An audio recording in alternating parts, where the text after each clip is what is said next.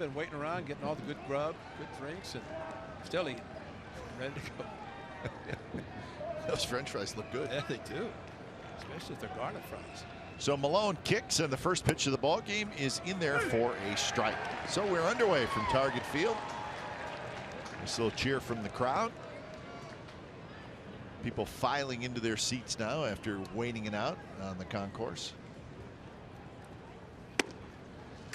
I understand there was a WNBA game next door, so maybe all those fans look like a big crowd over there coming over.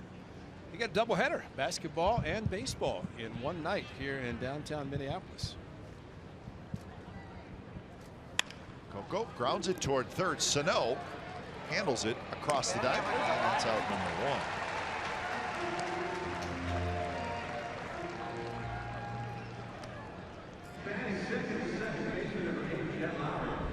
So with one out, that'll bring up Lowry.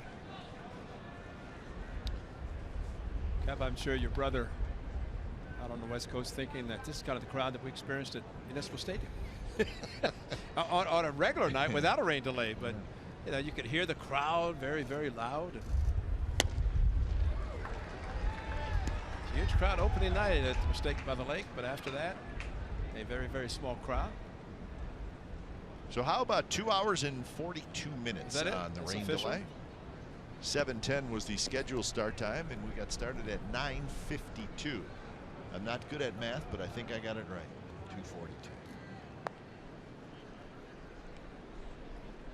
0-1 to Lowry.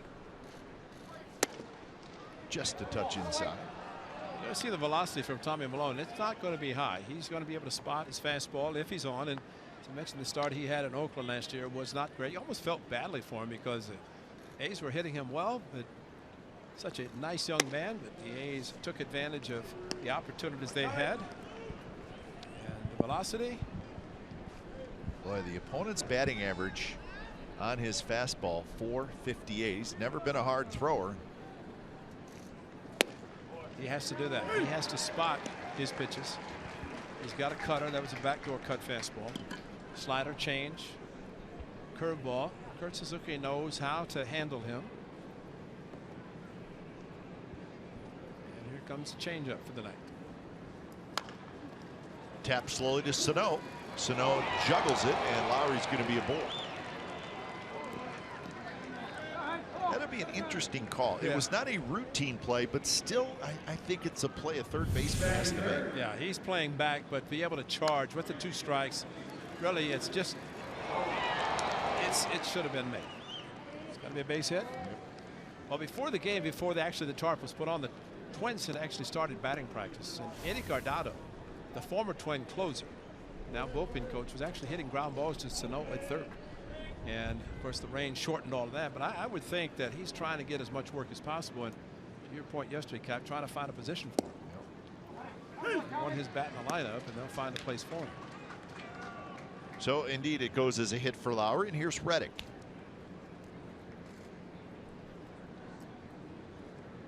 Reddick at 308 with 5 homers, 19 RBIs.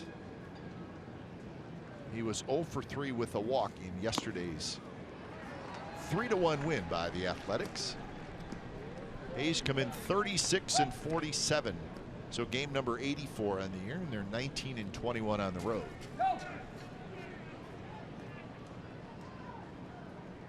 They have won all 4 games against the Minnesota Twins so far, and they're 10 and 8 against the American League Central.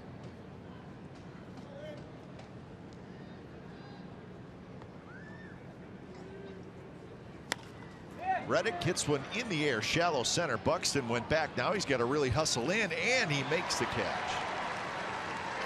Right around the kneecap. He broke back a step, and then he really had to hustle in, and he's got that great speed.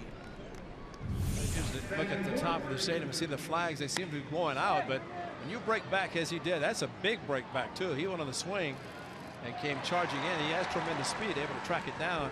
But he took 2 giant steps back and then had to recover. And center field, we've seen it. And yesterday we saw Rosario playing in left field. Santana's there tonight, but playing very deep outfield, and that's tough to do in this park, especially if the ball's not driven very far. So with 2 outs, Danny Valencia steps up.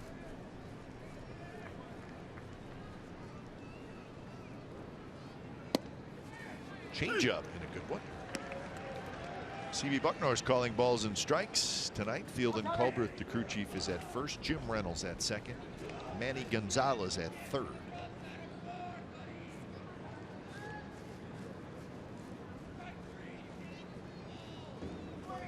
So correct me if I'm wrong, Ray, but when there's a rain situation, it's the home team is kind of in charge of the decision making up until the game actually starts, and once the game starts, then all the decisions go into the hands of the umpire. Is that correct? That's usually the way it is, and I think some things may have changed just because of the way the scheduling is now. This is the only trip the A's make to Minneapolis, and you start looking if there's a rain out possibility and start looking at alternate dates to be able to have the makeup game. Those guys did not want a makeup game. They didn't want to play a doubleheader tomorrow. It messes up the pitching. But I do think the curfew is out. You know, it used to be a 1 a.m. curfew, no inning to start after 1 a.m. But obviously the game in New York. Yeah, that shot that theory out. 2:30 in the morning. But I think too they try to accommodate the teams that are traveling just one time. The backdoor cutter. And it's not a strike. No, definitely. But you know, seriously, this is a game. No complaints. Swing the bat because everybody's going to be out here for a long time, and this is the time when the umpire should have a very good pitcher-friendly strike zone. There's that changeup, and the side is retired. So Lowry with a hit, nothing else for the A's. Bottom of the first coming up. No score.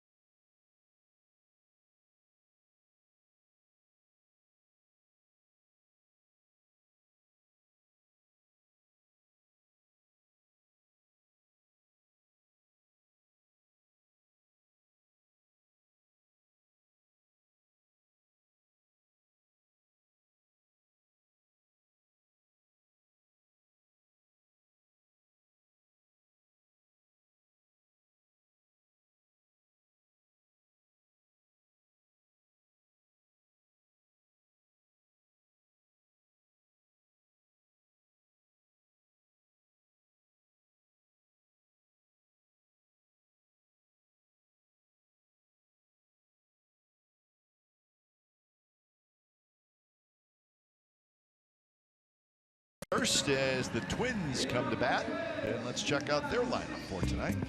The All-Star Eduardo Nunez leads off at shortstop. Robbie Grossman will DH. Sano at third, Dozier at second.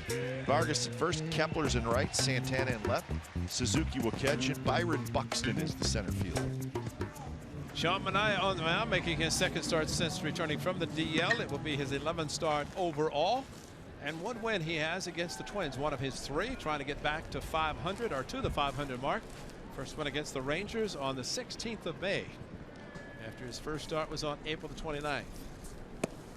So a long delay, but he's ready to go. And I'd say it should be a good strike zone tonight. Should be, considering it's after 10 already. It's just the bottom of the first.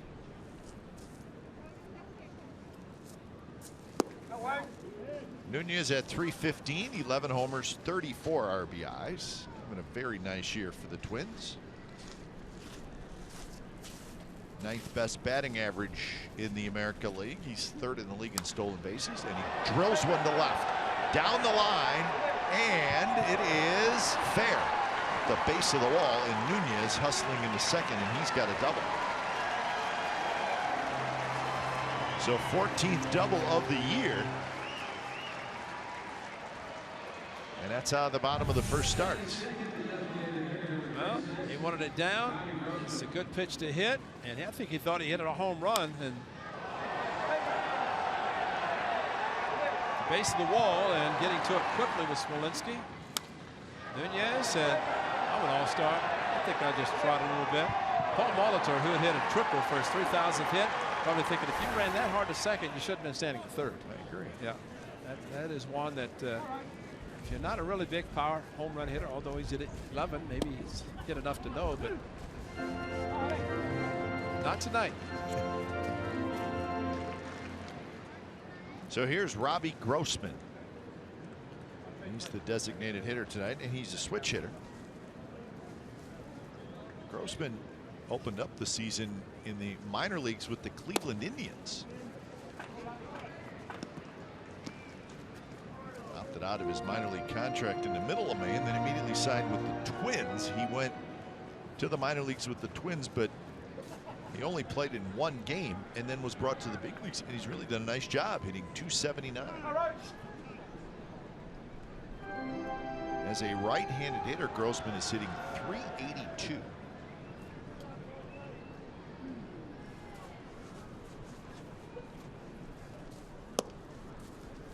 A little bit outside, 2-1 the count. Miguel Sano is the on-deck hitter.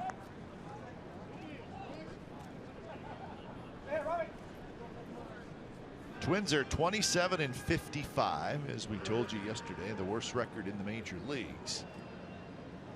And they are 17-27 at home. Good slider first strike, 2-2. So 85 miles an hour on the slider from Manaea.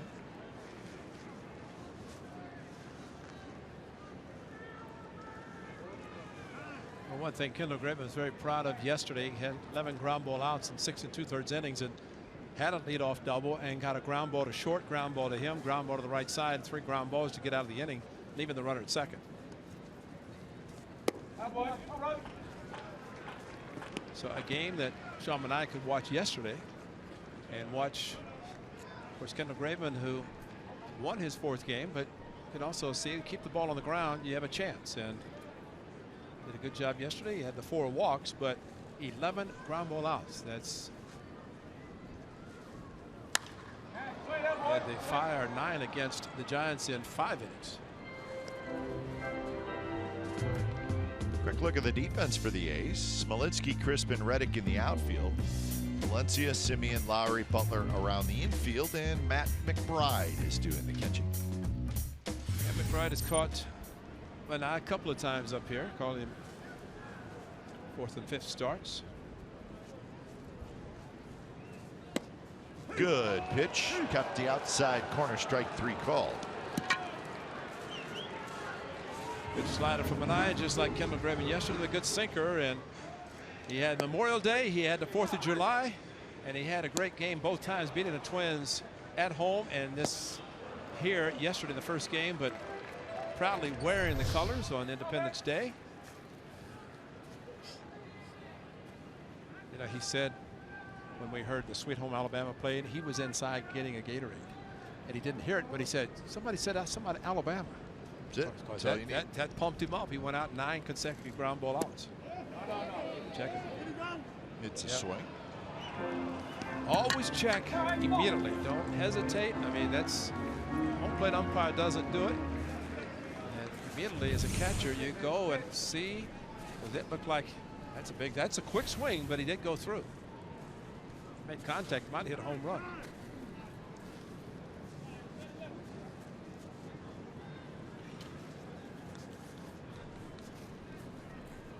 12 homers, 30 RBIs for Sano.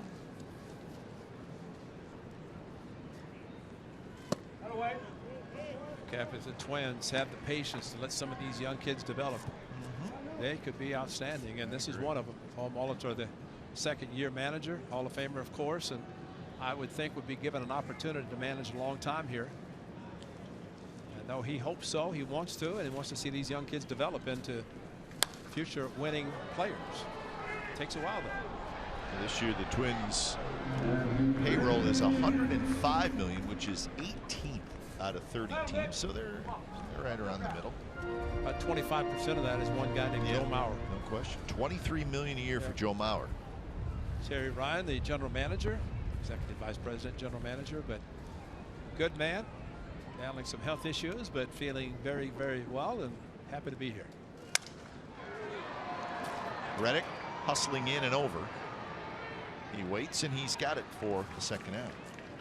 Well, the Twins' top 3 players, Ray, top 3 paid players, I should say, is Mauer, who makes $23 million a year this year.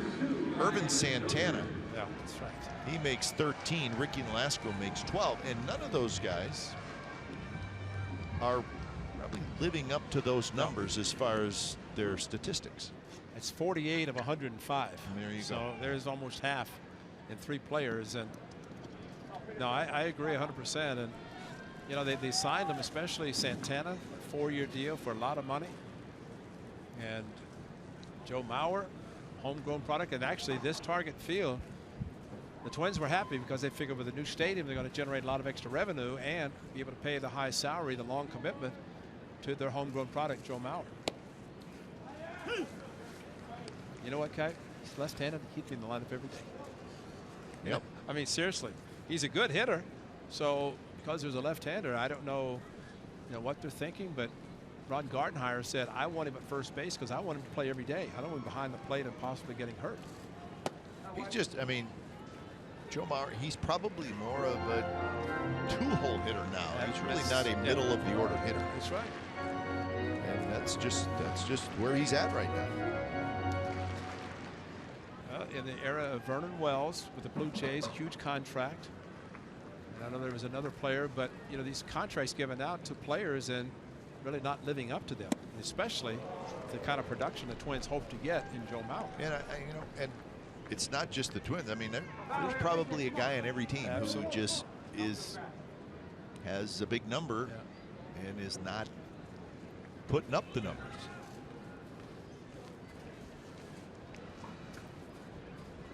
One and two to Brian Dozier. Dozier pops it up. So Minay's got a chance to get out of the inning. Butler waits, he's got it, and he does. So a leadoff double by Nunez, and he is stranded, no score after 1.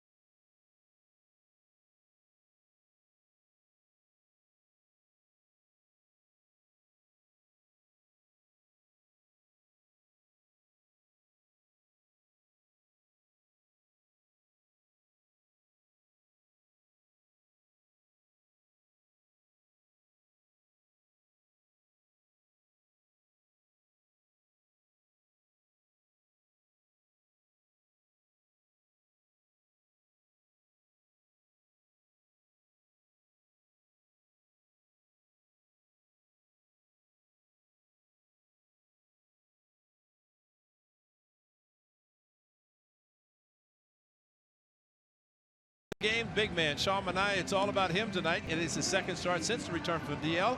No restrictions. Go at him. And of course, he had a big bottom of the first inning. And boy, after a long rain delay, you have an early game tomorrow. Win the game tonight, and that's what it's all about. You're out here waiting 2 hours and almost 3 hours of a rain delay. You're out here. Both teams are here. Win the game, and come back tomorrow and win another one. But it's all about tonight.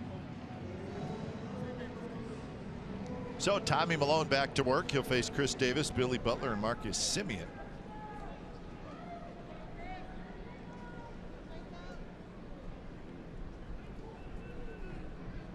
First pitch is on the outside, but off the plate.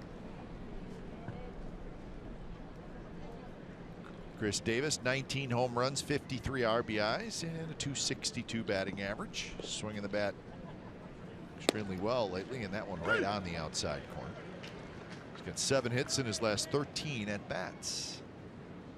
And tonight, both teams, National American League teams, reserves, everybody announced, but between now and Sunday, when the final game is played before the break, we may be seeing some guys not playing and replacements, and maybe Chris Davis, Marcus Semien, Ryan Dahl, some of the guys we talked about. I'd see them in San Diego. So some numbers on Tommy Milone, and Tommy Milone was a much better pitcher with the A's than he has been with the Minnesota Twins. Did a good job. 31 wins in 2.5 seasons. He was traded during that 2014 season for Sam Fuld right at the trade deadline. Well, you see the 3-to-1 strikeout to walk ratio, and that's pretty impressive. And Tommy was always the type of pitcher. I know watching him pitch for the A's, it seemed it might take him sometimes 30, 40 pitches to get comfortable, and then all of a sudden you look up the pitch count and he's out of the game. But a good pitcher, but relies on his control, just like that. Reaches down to grab it, flips it to first. So 2 outs. Remember Tommy Milone? He pitched great in the 2012 playoffs for the A's. But with the Twins, just has not been able to get it all together. Last year, he made 23 starts. He was 9-5. His ERA is a little under 4. But this year, he opened the season as the 5th starter for the Twins, but just did not pitch well. Went down to the minor leagues. And now back up, and he may be pitching for his spot in the rotation because it has been a struggle for him this year. Right-handers hitting .337 against him.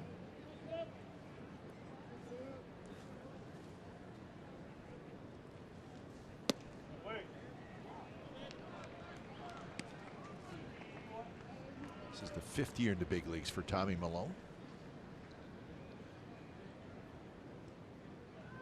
2-0 to Marcus Semien. A good swing, fouls it to the screen. Kurt Suzuki had that happen to him before he came to Oakland. You see the extra padding. He's got a lot of padding around his forehead. He's still shaking his head. This is a direct hit, and this did happen to him when he came in, faced the Athletics, and not able to play. And you see the padding. He's got some much padding as he can get when the foul ball is directly off the mask. Looking at the chin ray. Yeah. Have you seen that before? Looks like actual springs. You know, I've heard about those, that they do have those. So when it hits, it kind of recoils a little bit like a spring. Well, that's something new. Yeah, it is. And I've heard some of the catchers starting to use that. See better because he just got it again. See, right at the bottom of the chin, there's up at the top as well. And so when the ball hits, it kind of compresses and then comes back. But that's a good idea. That's a very, very smart, innovative. Deep to left. Santana going back, and that baby's gone. Number 18 for Marcus Semien to give the A's the 1-0 lead.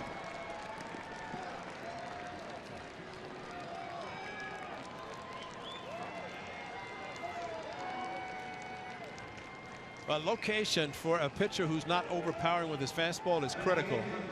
And it looked like Kurt Suzuki wanted it inside. Look where the pitch is, right down the middle. And once again, Marcus Semien, as he has done so often, the 2-strike pitch is just a nice, easy swing, not trying to overpower and swing big. Instead, very short and quick, and it results in a solo home run.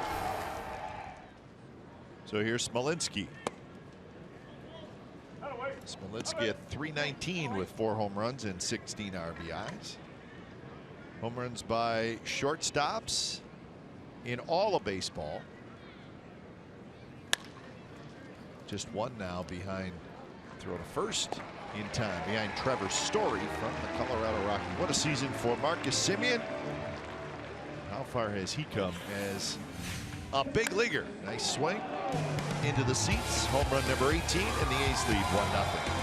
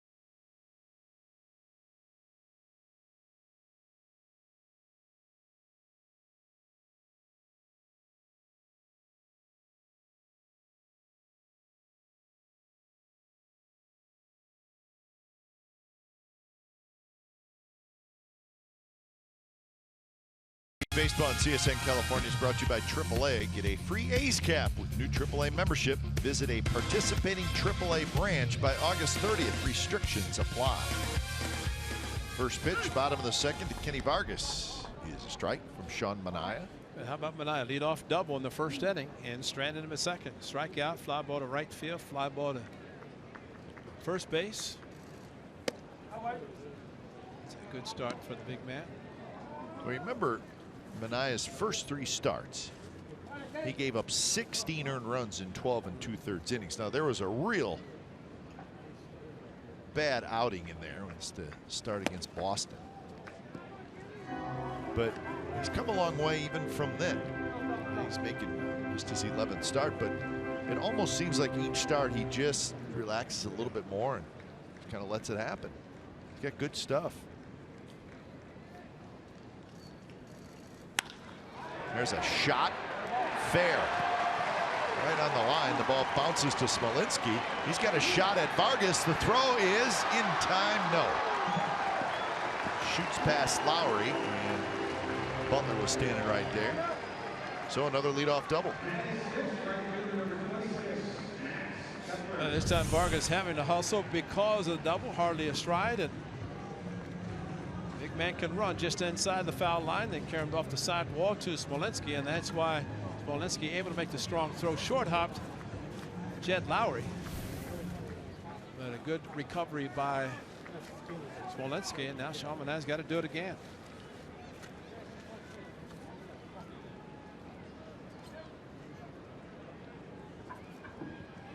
So bunting is Kepler, and he takes a strike.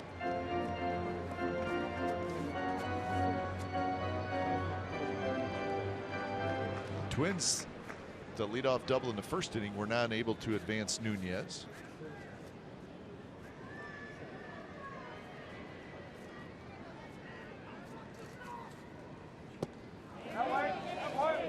Did he swing? Yes, he did, says Manny Gonzalez. I think we're getting a pretty good indication what the umpires are thinking. Be ready. Tonight. Be ready. This didn't seem, just watching it, but that's what Manny Gonzalez saw, just like Field and Comworth at first. Gonzalez at third.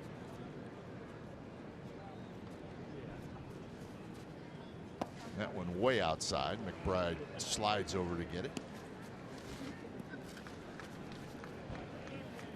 Kepler 248 with 5 home runs and 24 RBIs.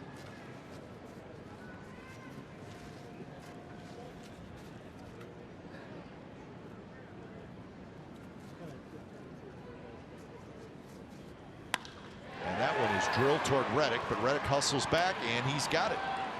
And Vargas, he did not go back to second base. He actually started running to third about 3-4 steps, and there was no way he was going to get back. So that's poor base running. That's a mistake. Yeah, and there's no way it was going to be a home run either. And he's thinking, oh, this is a hit. I'm going to score. No, nobody out. You tag.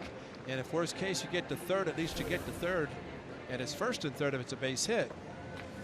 But if it's over his head, you're going to score anyway. So really, by Nunez not hustling for a triple in the first inning cost the Twins a run. And the A's are hopeful that this base running mistake by the big man cost them here. Santana's going to drop one into left field for a base hit. Vargas is going to stop at third. So Danny Santana goes after the first pitch. Drops one in front of Smolinski. So first and third, one out. Well, the aggressiveness of the Twins swinging early maybe is a sign for Sean Manaea and Matt McBride to think about that and maybe not be able to offer such good pitches on the first one. That time Vargas took off knowing it was a base hit, but then not able to be sent home. So here's Suzuki. Kurt's been a hot hitter lately. Average up to 278. But over the last 23 games, he's hitting 365. First pitch is a strike. And Suzuki didn't like it. Let's check it out. You could say the lower part of the ankles, or the strike zone. A little low. That's a little bit low. Zook thought it was a ball, and then that's the look of, you got to be kidding me.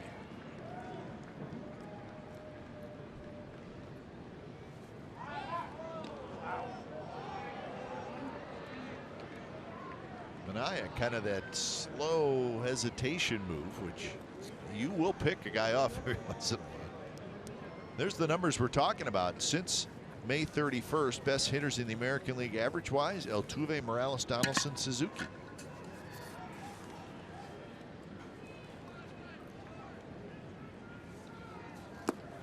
That one is low to Suzuki. On deck is Byron Buxton. Twins had just one run on 4 hits in yesterday's ball game, and they were 0 for 8 with runners in scoring position. The A's would like to get a ground ball here, and unfortunately 3 of the recorded outs so far have been in the air. Although Manaea looking for a ground ball.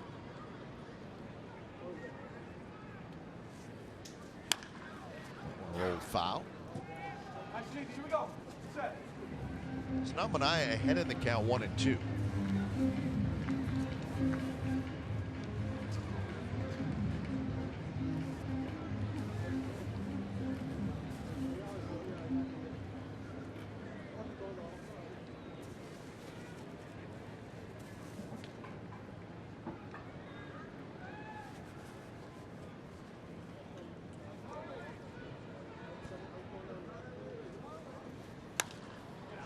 Pop-up foul down the right field line. So 1-2 the count. It remains. Good night for foul balls. You can do a lot of damage tonight. Just be ready. Be on your toes. Just bring a bag. That's Kurt Suzuki, folks. Styling. What's going on? Is this They're doing that 90s night? Doing that for everybody. Yeah, I've noticed. We got to check with Kurt on that. I've noticed the photos up there with various players coming up, and I think they're promoting the shirt. Right. Something to watch for tonight as it gets late.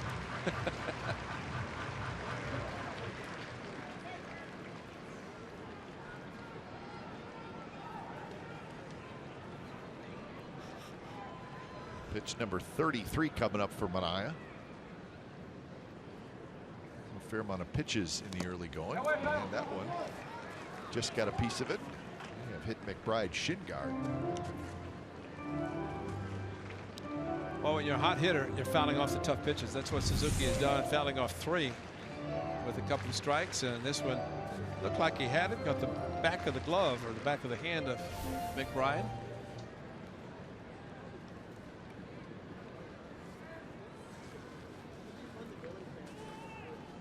Santana, decent lead at first. And that one hit toward the right side. Butler has it, and Butler will flip to Manaea. He'll step on the bag, but the run scores. Ball just was not hit very hard. And the only play was at first base, so that allowed Vargas to score, and we're tied at 1. So if you're Kurt Suzuki, he just had to put it in play. That's all he did, especially hitting as soft as he did. No chance for the double play. And for Billy Butler, holding the runner, then comes in charging. By the time he got it, might as well get the sure out. It's just the 2nd inning. And take a chance to get the runner at the plate while it's tempting. He looked up, and nice feed to Manaea covering. Later in the game, you might see a play at the plate just in case if it's a go-ahead run. And it also got Santana into scoring position. Here's Byron Buxton. Twins patiently waiting for this young man to put it all together at the big league level. He's done a lot at the minor league level.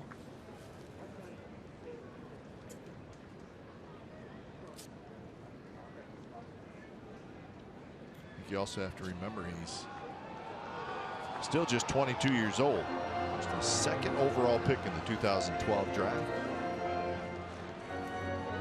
Roy Smalley, who's worked with Dick Bremer on the TV side for the Twins, said during batting practice, while they had the limited amount, he said this young man is the only player he has seen with his speed to hit a ball down the left field line into the corner and get a triple out of it. Well, we saw Cespedes do it a couple of times with tremendous speed, but you know, really Vargas, had he not trotted to first, he could have done that. Not Vargas, but Nunez, the leadoff hitter. But he had that kind of speed, you utilize it.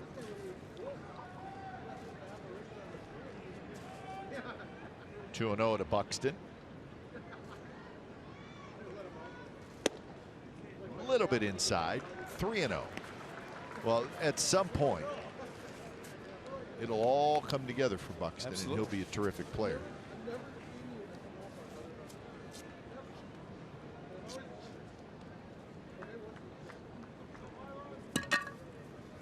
Shaded slightly toward right field is Coco Crisp in center, and Buxton with the 4-pitch walk.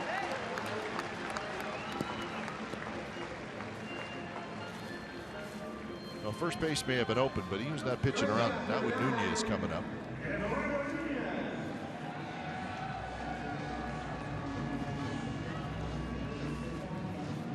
Nunez doubled in the first.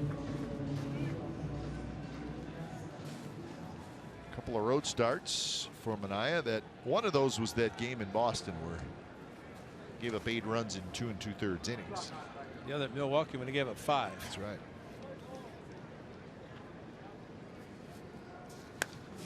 Nunez got a pitch he liked on the first one he saw, and he fouled it back.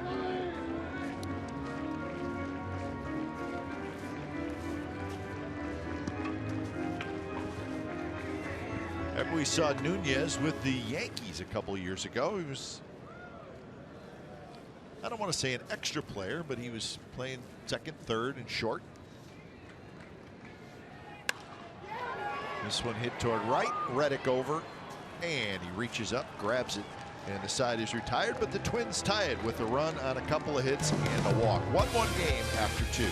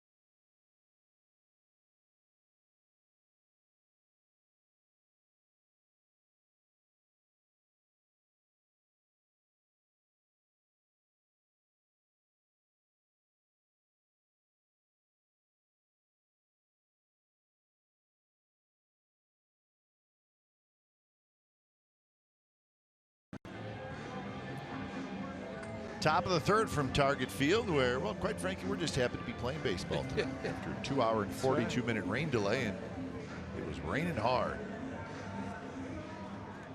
But it was expected. And we actually talking about the possibility to rain on Tuesday in Minnesota for about 4 days now. So the forecast was pretty much right on. Exactly. Didn't fool anybody with the forecast. Nope. McBride, Crispin, Lowry for the A's here in the top of the third against Tommy Milone.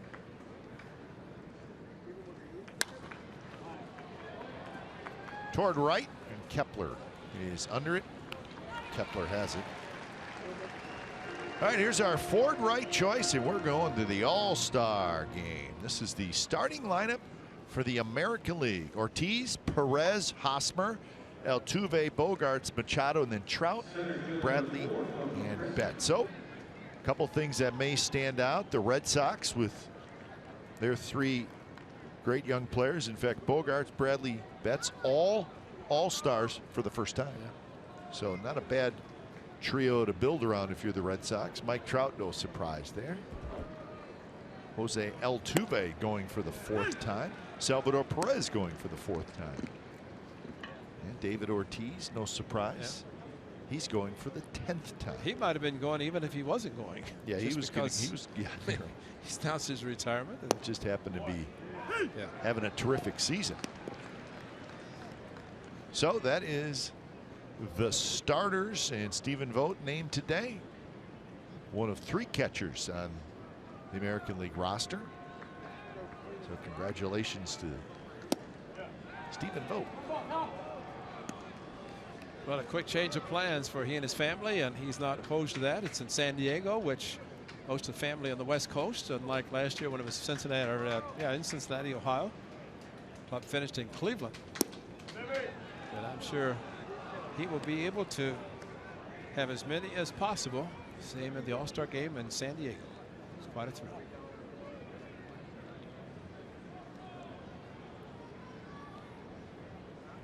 Two-two pitch to Coco Crisp is bounced toward third, and that's a fair ball. Sano, a long throw, and he got it.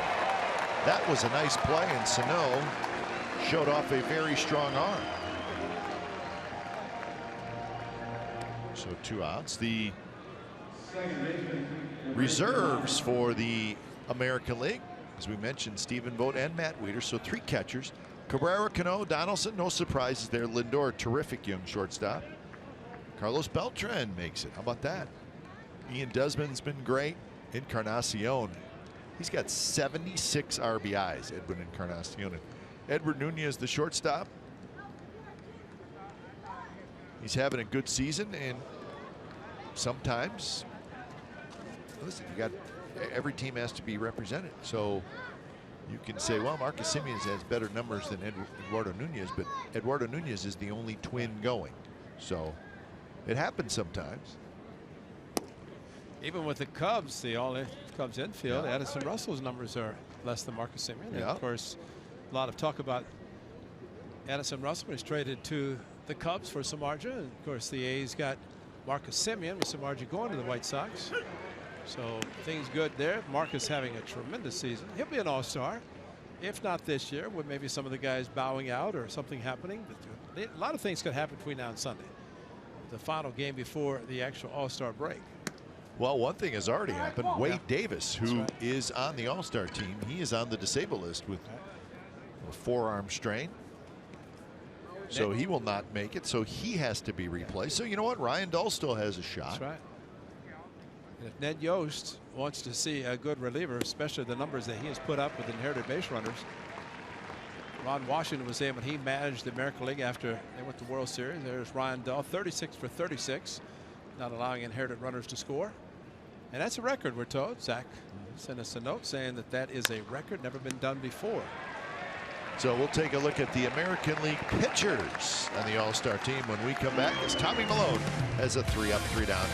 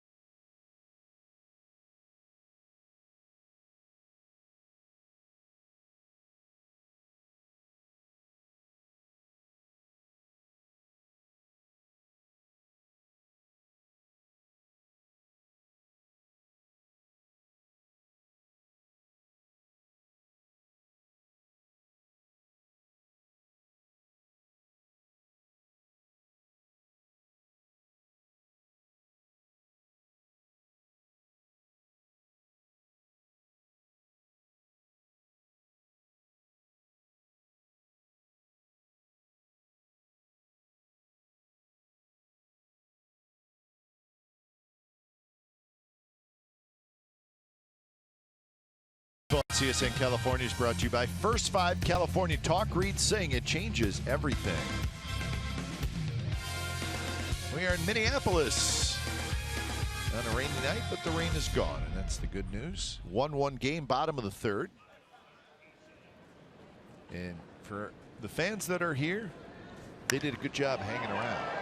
That one is hit deep to left center field, but room for Smolinski, and he's got it. So, Bobby Grossman, a long out. That's out number one. Well, we promised you the American League All-Star pitchers, and here they are. Estrada, Hamel, Salazar, Sale, right, the knuckleballer. That's a great story. Betances, no surprise there. Brad Brock in that Orioles bullpen along with Britton, the closer. Davis, we mentioned on the disabled list. Herrera makes it.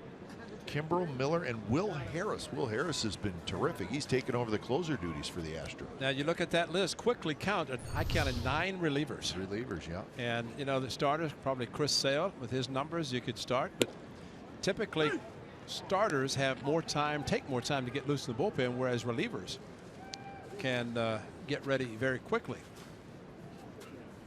Yeah, I'm just looking at it as well, and 13 active. Let's see, Betances, Brock, Britton, Colome, Harris, Herrera, Kimbrel, Miller. So yeah, that's 8.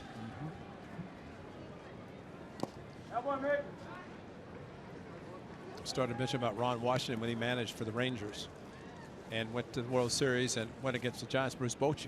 And he said that when the Giants got the lead, I think Verlander started the game, gave up a bunch. He said at that point, Bruce Bochy started running into all those relievers they had for the National League. They just shut them down. Sure. They had no chance. Probably the right thing to do. Yeah. If you think about, if you're there, if winning is important, That's and right. I think it is to the managers, Oh, yeah. obviously. Yeah.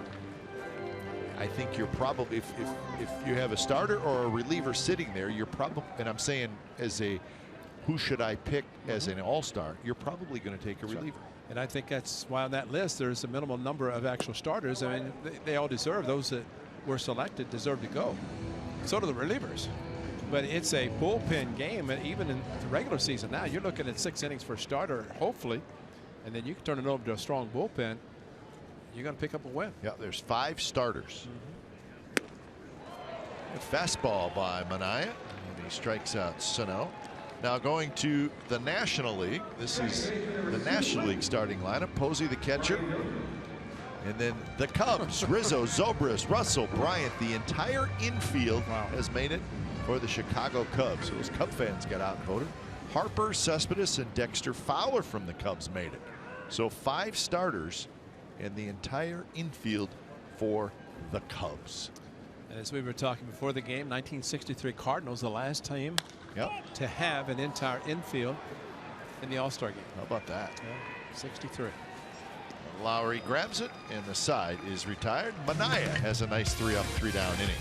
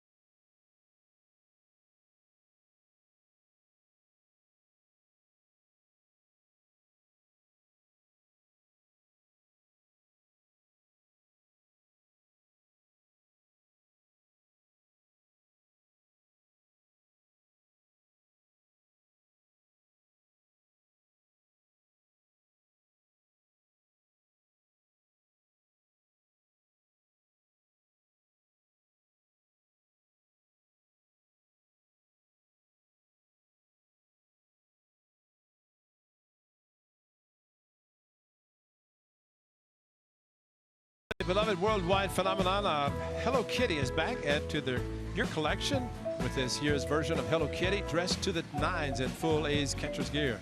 At Saturday, July 16th game against the Blue Jays, 15,000 fans can pick up and hug their very own Hello Kitty bobblehead. Visit athletics.com/tickets today.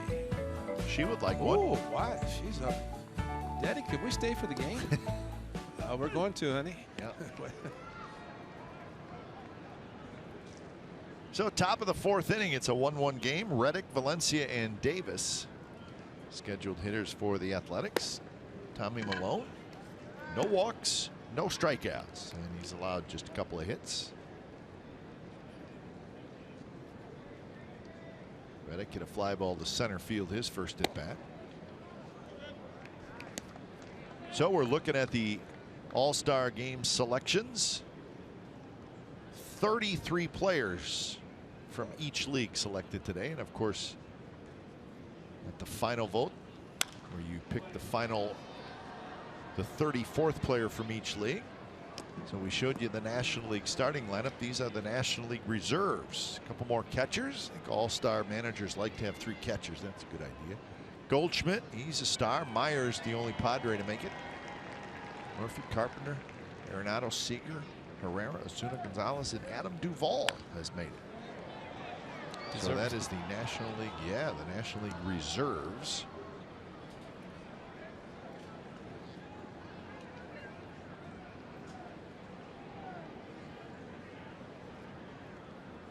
And a few first timers, a lot of young stars this year in the All-Star Game, which is exciting for baseball.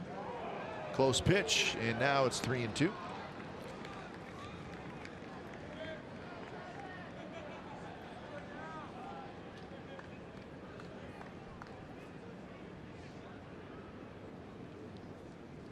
Payoff pitch, and it's popped up foul.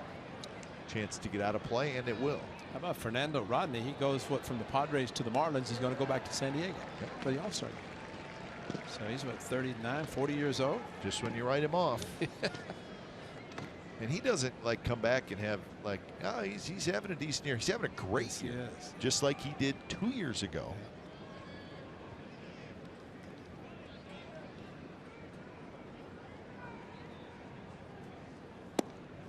And Reddick with a good take, and he has a leadoff walk. National League pitchers, that group looks like this. Kershaw's on the disabled list, so he will be inactive. And Arrieta, Bumgarner, Cueto from the Giants. Look at those young stars. Syndergaard, Fernandez, Teheran. A veteran in Leicester. As Ray mentioned, Fernando Rodney. We just saw Mark Melanson pitched in all 3 games against the Athletics. There's Valencia.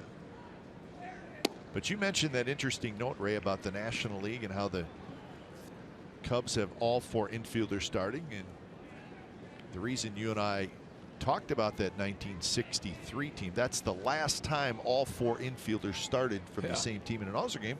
Well, that's the team you rooted for as a kid, right? Yeah, the Cardinals. So we dug out the names. Ken Boyer, Dick Groat, Bill White, and Julian Javier, the father of Stan Javier. Stan Javier, that's How about that foursome? Bill White, the former National League president and big first baseman. So that was the 1963 St. Louis Cardinals when the entire infield made it. And that got the umpire, and it got him good. Went right over Kurt Suzuki's head, or right over his right shoulder, and into the chest protector of C.B. Buckner. Watch his number. Look at his number. He got him right in the number, and of course they have the shoulder pads, but they go over the shoulder, not down the arm, and that's why it looked like he got underneath the pad on the right side and right in the number right under the pad. Well, the umpires lately have been taking a beating, man. This is not the first time. Actually, this past week, I've seen several. Or even go back to Anaheim when Dame got hit on top of the head and stitches. That's right.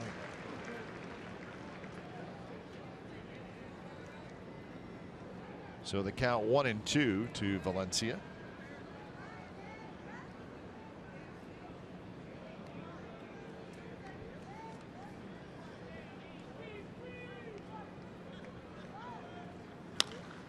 Toward third. Sano has it. He'll go to second for one. On to first, not in time. You just kind of have a feeling that Malone was going to throw that changeup, and he did. So here's the final vote candidates. And remember, one guy from each league will be voted in, and they will be the 34th and final player for each roster. For the National League, Belt, Braun, Lamb, Marte, and Story. For the American League, Kinsler, Longoria, Pedroia, Saunders, and Springer. So go to MLB.com to vote. You have till Friday. You can take all of them.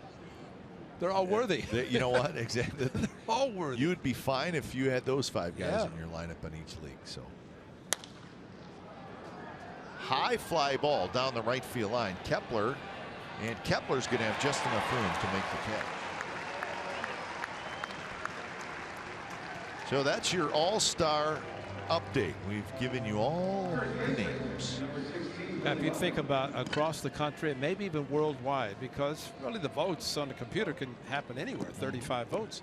But you think of the following of the Chicago Cubs and the Boston Red Sox. There's a Red Sox nation, and the Cubs go from coast to coast and beyond. So it's really not surprising that there's so many of the Red Sox in Pedroia. I'm sure he's going to get a boatload of votes, you know, as another one, the Red Sox, and no Cubs in the National League, probably because all the Cubs are already on the team. Yeah, they I don't know if they can squeeze anybody else in. John Lester, one of the pitchers, Arrieta, another one, plus the 4 starting infielders, Dexter Fowler, the outfielder. Too bad the game's not in Chicago, where they'd really have a cheering fest. I thought one of the interesting notes I saw. So you saw where Ben Zobrist won the voting, so he won the votes. He beat Daniel Murphy. Daniel Murphy's having a terrific season for the Nationals. Now think about this: 3,000 votes, or 3 million votes. Right? He won by 88 votes over Murphy. 88. And each guy had over 3 million votes. 6 million total between the two. 6 million total, and 88 votes was the difference. Hanging chads. Yeah, so if you're Murphy, you're thinking, wait, recount. Yeah, right. Come on. But that's amazing. 88 votes. The days of punching the all-star ballots are long gone. Now, he made the team. Anyway, Murphy made the team. Yeah, which is good because if it had a bonus and lost by 88 votes. Oh, man. Yeah, how are you going to? Nothing you can do.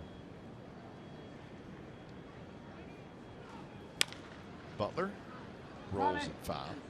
Every time I see that, Cap, and I think of the bonuses, I think of the games in Oakland, and Alfredo Griffin came as a guest, and they needed an infielder last minute, and they said, Griff, can you play? I said, yeah, 50 grand. Sure, give me a bonus. Yeah. Got the bonus. Good for him. The American League infield, and we saw it, it's all the terrific names. It's the first time ever that all 4 of the infielders and the catcher 26 years old or younger. That's great. So lots of young stars around baseball, and that is a very, very good thing. So the A's get a leadoff walk, do nothing with it. Bottom of the 4th coming up, still tied at 1.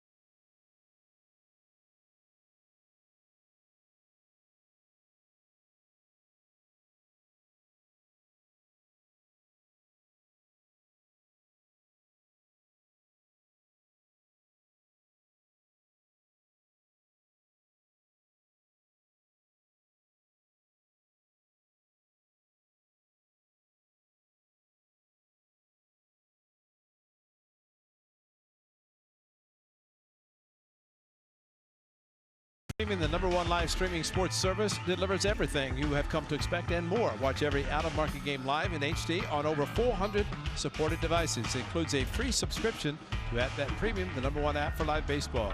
Blackout and other restrictions apply. You can visit MLB.tv for details. It's a good idea. 1-1 game. It's the bottom of the 4th.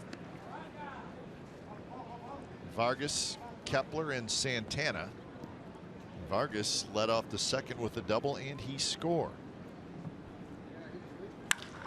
There's a line shot. Semien grabs it. Or he grabs him. Yeah, one of the two. Wow. Make a hit, strong. Got a fist pump from Paul Molitor's manager saying, nice job, hang with him. And this is a hang with him. Got it shifted and a line drive right to the shortstop. And Marcus Semien in the shortstop position. So with the shift, they expect him to hit the ball to the right side. Semien, check his hand. Smoked. Here's Kepler.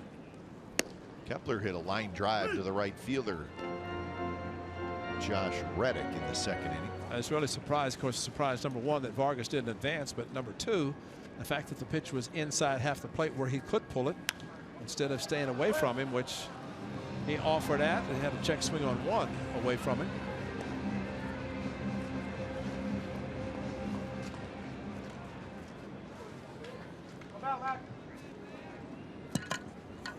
Kepler was 0 for 4 yesterday. Lays off the slider.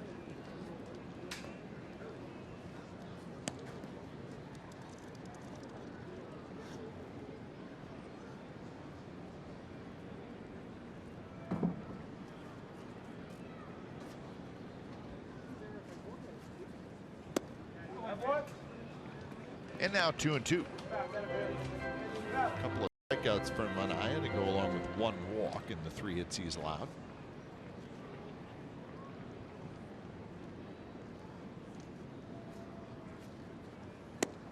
Just missed, and now it's 3-2. Pretty good takes by the left-hander.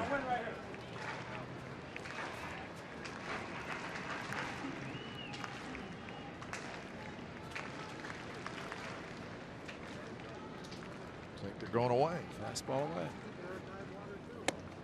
And it was close. Kepler walks. Starting 0-2. Stayed outside with the fastball, and he would not offer at it. And maybe thinking he pulled the ball, the fastball inside his first at bat, everything away, and it just kept running away.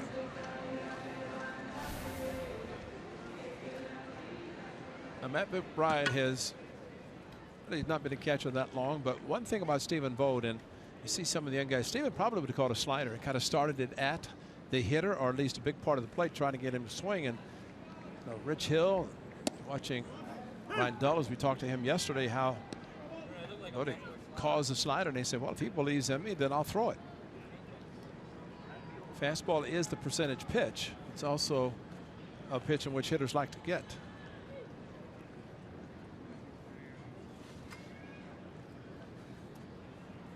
Santana had a base hit in the second inning.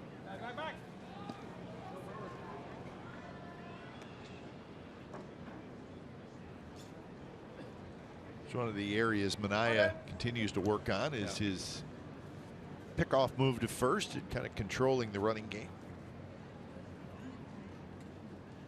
But at least he does it, and whether it's effective or not, at least he does it, which at least gets in the minds of the base runners, the base running coaches, that be aware, don't think that in his first move that you can run.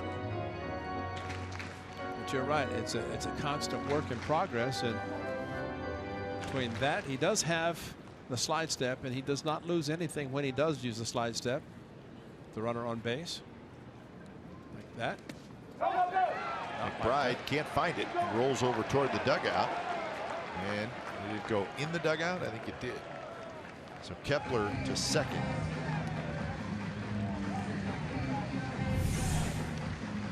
Just buried a fastball way out in front of the plate and off the left arm, McBride. But talking about holding runners on, I mean, it's not like there's only one way to do it. You know, like you said, slide step, hold, right. Hold, exactly. Hold longer. Right. Yeah, so it's not just the throws to first base.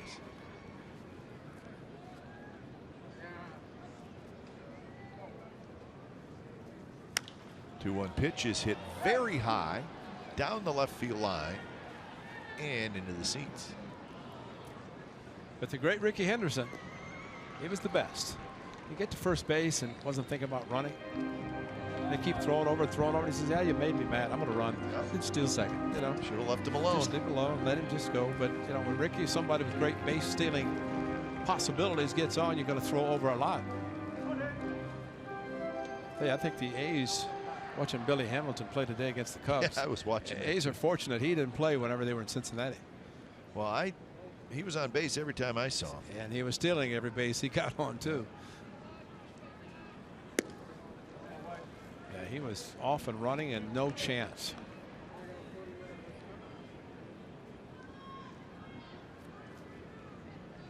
So a 3-2 count now with Kurt Suzuki in the on-deck circle. Chance for the Twins to take the lead.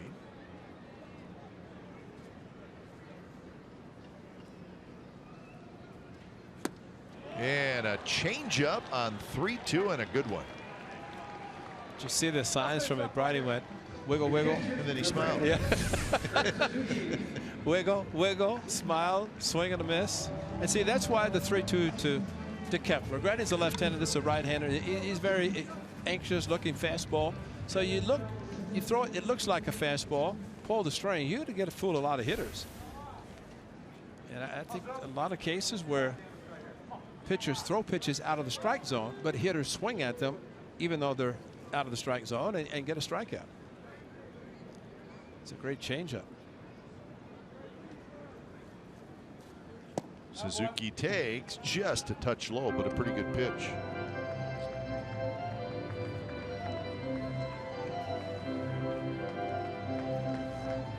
Oh, they have a different picture of Suzuki up there now.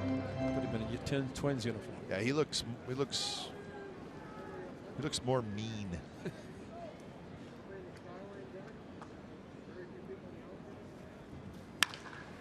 And that's a base hit to left field.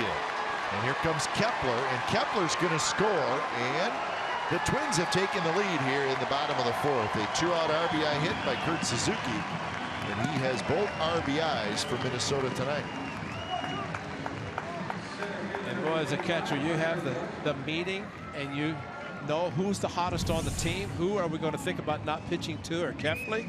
A changeup first pitch, then a fastball second pitch, and when a hitter's hot, these things happen. So the wild pitch after the walk, runner gets to second base. Suzuki brings him in with a 2-out base hit.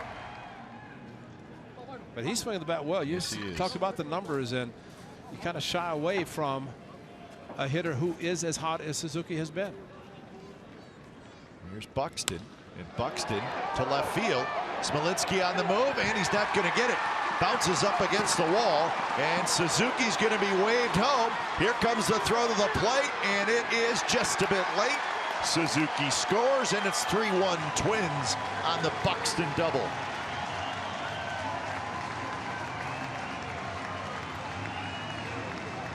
That is too bad that Smolinski initially thought he had a chance to catch the ball, and by going back to the wall, once it hit the wall and bounced over his head, that allowed Suzuki to score from first.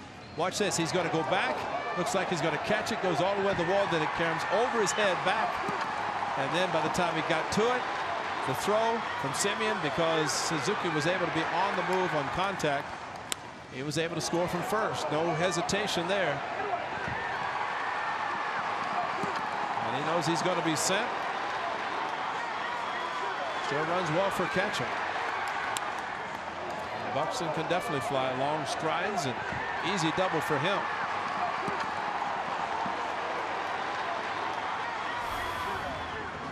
So all this was 2 out after a great change up to Santana to strike him out, and then a single double and 2 more runs for the Twins. And now to the top of the order in Eduardo Nunez.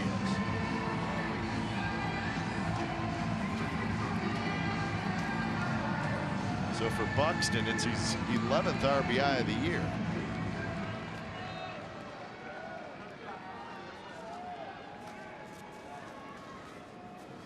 Nunez with a double and a fly ball to right field.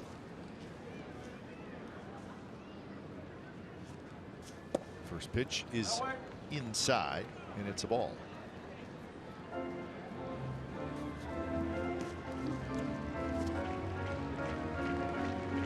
Bottom part of the batting order for the Twins.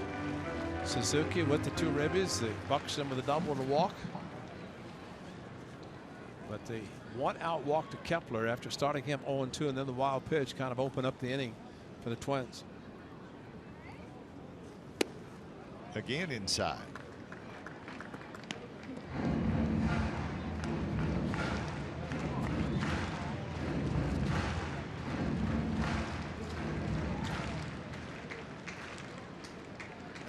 A long inning for Manaea.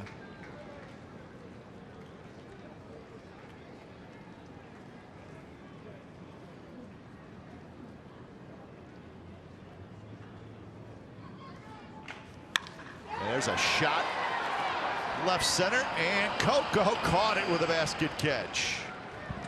So there was some serious hard hit balls that inning by the Minnesota Twins. They scored twice and now lead 3-1 after 4.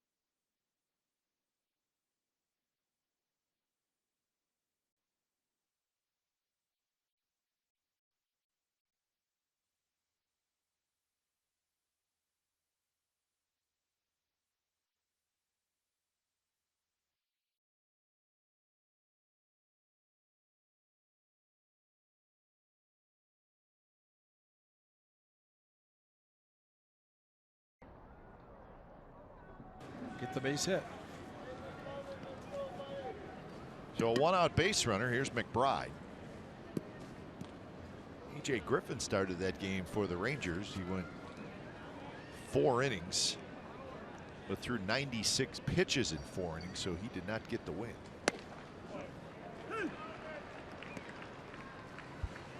Well, the Rangers now 53-32. They had lost 3 in a row, but they get the win tonight at Fenway.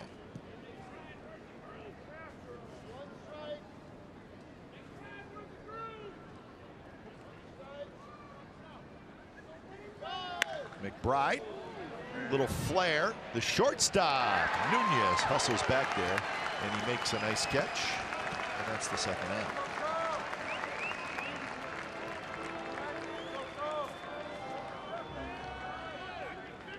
Well, he played deep enough to be able to get to the ball, reacted very quickly, and the only chance was for him to get to the ball, and he did. The kid Lindor at Cleveland's playing outstanding shortstop. Sure is. For the Tribe, we won again. Yeah, the Indians beat the Tigers 12-1. Surprise, surprise. Indians are 11-0 against Detroit this year. And not only are they 11-0, which is bad enough, but they have pounded the Tigers. And tonight, no different. 12-1. Carrasco got the win. They were showing that game here on the big screen during our rain delay. Saw Dan Otero pitching for the Indians, and he's pitched very well. He's got an ERA. I think it's under a 1.5, so it's good for Dan Otero. Runner goes. Throw to second base is not in time, and Smolinski with a 2-out stolen base. It's 0-2 on Coco, but did a good job. But first move by Smolinski. Don't look back, just run. 2 outs, and Coco Chris faked the bunt. Smolinski, even though he looked back, able to get ahead of the throw, kept his foot on the bag.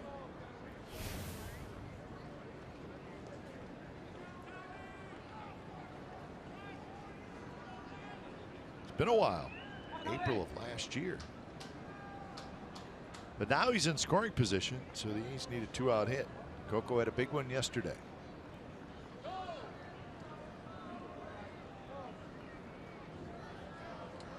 Malone kicks and deals, and the changeup is outside. If you're Coco and you got the big 2-out, 2-run single, when you wear the same shoes. Yeah, maybe they wouldn't let him. That's right. It was not 51%. It was not 51% green and white.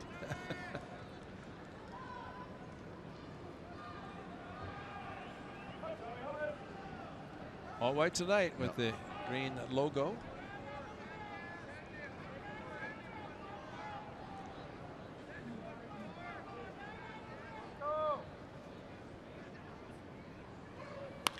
And Coco left field, and that's a base hit. They're going to wave Smolinski home. The throw to the plate is there, and they got him. Wow. I did not think they had any chance to throw out Smolinski, and Danny Santana made a sensational throw, and Suzuki put the tag on. Wow. I did not see that coming. I didn't either, especially to have to go to his left as he did. It was hit hard, but he got him by plenty. So the A's do not score in the top of the 5th.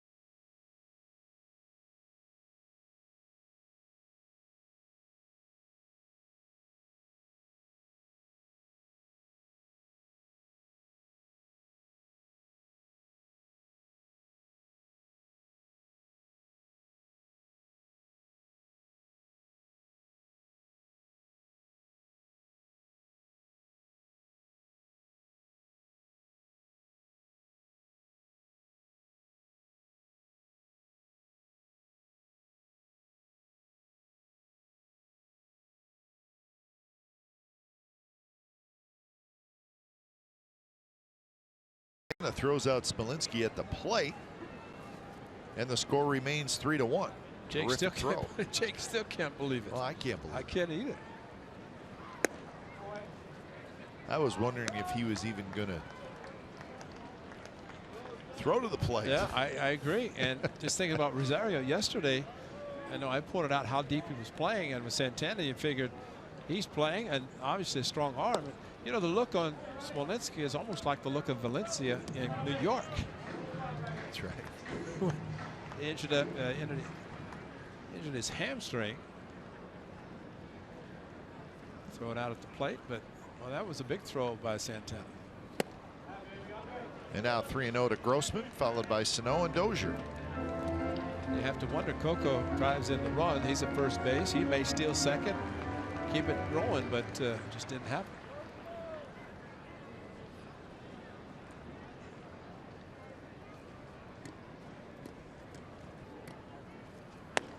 Right down the middle to Grossman, who has struck out and hit a fly ball.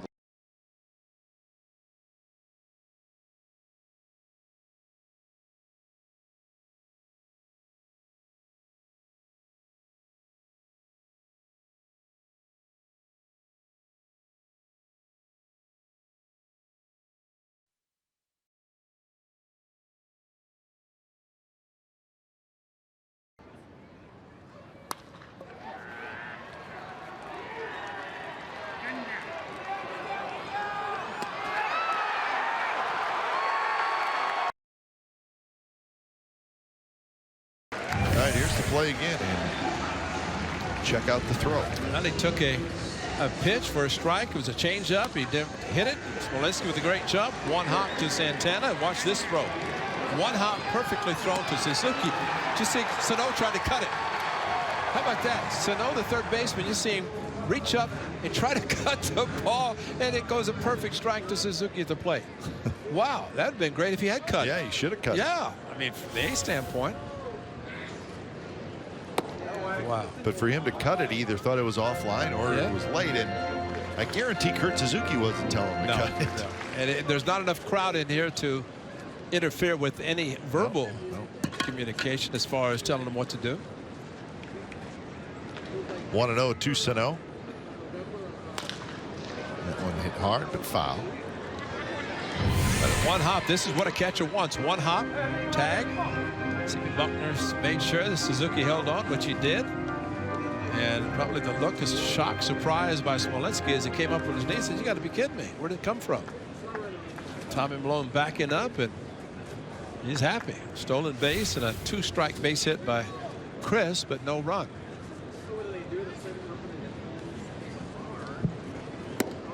Good pitch there, and it's 1-2. Sano has hit a fly ball to right field, and he has struck out. He's 0 for 5 in the series with a walk.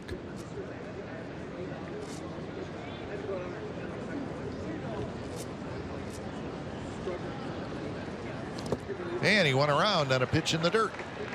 So he helps out Manaea. And he gets his 4th strikeout. From the string again, nice changeup in the dirt. Maybe a slider. It was more of a slider as they're looking at the break and the spin on the baseball. Regardless, in the dirt, aggressive Sano swung and missed.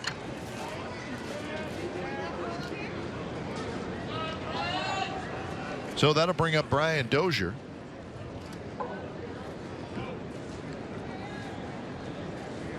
Twins playing without Trevor Plouffe, who was placed on the disabled list right before the start of this series. Cracked rib. Another Trevor was activated. Trevor May activated off the disabled list. Boucher's sent down.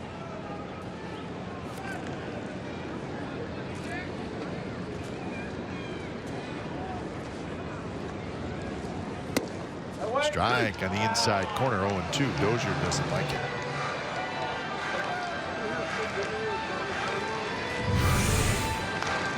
Change up outside, fastball inside. They thought maybe a little bit too high, maybe off the plate, but neither. They'll tie on the corner.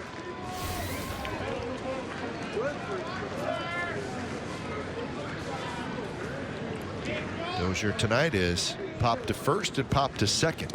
And he chases the pitch in the dirt, and he strikes out. So out number 2.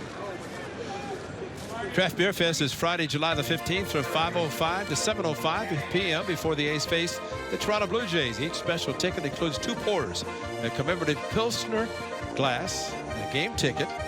Brewers is scheduled to appear include Ballast Point, Drake's, Firestone, Walker, Lagunitas, and more. Go to athletics.com/craftbeerfest to purchase tickets. It's a lot of beer, a lot of pours. There's a lot going on there. Wow. Timeout requested by Kenny Vargas, and he gets timeout. Vargas doubled and scored in the second and lined out to Semien in the fourth. His line out in the fourth may be the hardest ball hit tonight. Yeah. Semien thought so.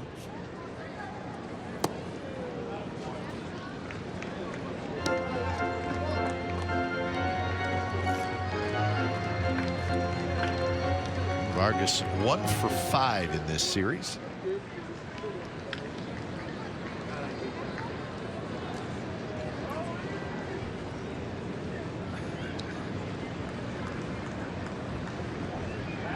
We'll go to first to keep Grossman close.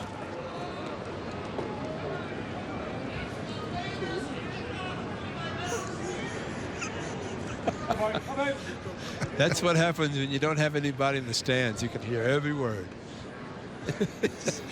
He is sitting right in front of us.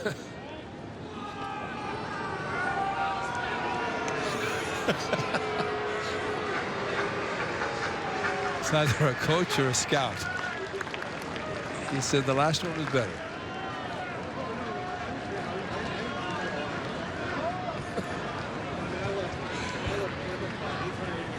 Swing and a miss, 1-1. Well, the problem is I don't know if people at home can hear him through the microphone. Oh, I think we can hear him very clearly. They can. So it's actually kind of funny. He just told Sean Manaea that was the lamest pickoff throw ever.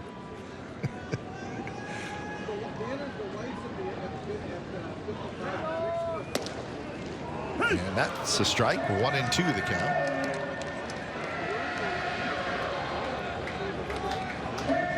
There he is. That's our guy. If you stay with him long enough, he's planning his next. One guy's sleeping, the other guy has headphones. I think the guy with the headphones on is probably smarter. And if the other guy can sleep, more power to him to hear that booming voice. I do actually think he is sleeping as I look down right now. Oh, no. I just woke him up. What should I say next? I've been on this Manaea guy for 5 innings. Belted to left. Smolinski hustling back. Still going back. He leaps. Did he catch it? He did not. And that's a home run. Wow. Kenny Vargas. A home run, a 2-run shot here in the 5th inning, and now it's 5-1. The Twins lead.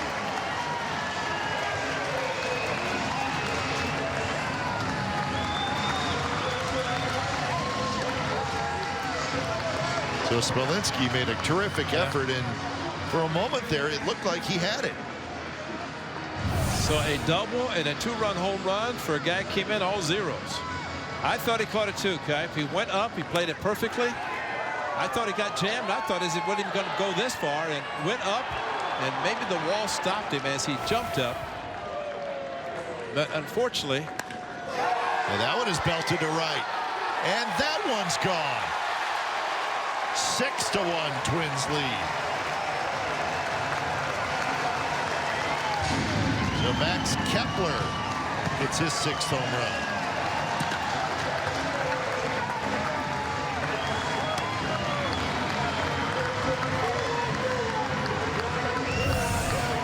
Did not take long and tried to go outside, but again left it inner half of the plate. Kepler has proven he can handle the pitch inside, and lefty or not, that is a line drive into the seats and a no doubter.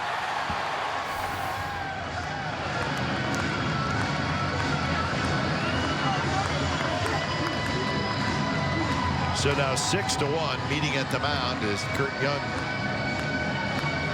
also out there to check on Manaea. Manaea's now given up 10 home runs on the year. He's done that in 60 innings.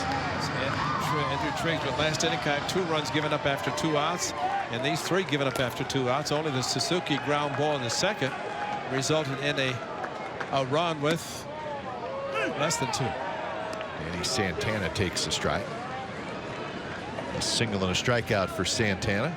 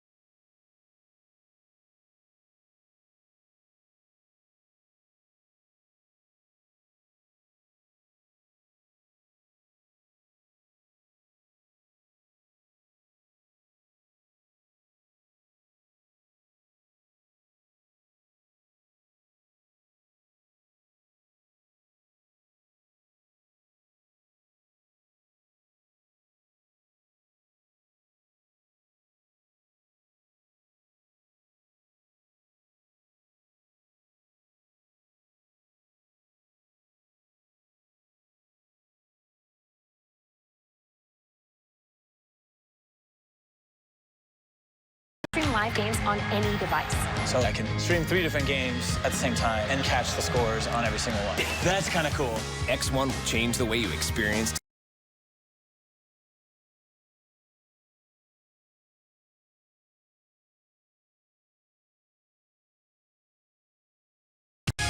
Ace Baseball on CSN California is brought to you by your Bay Area Hyundai dealers. Great deals on amazing cars are going on now at your Hyundai dealer. Visit buyhyundai.com today.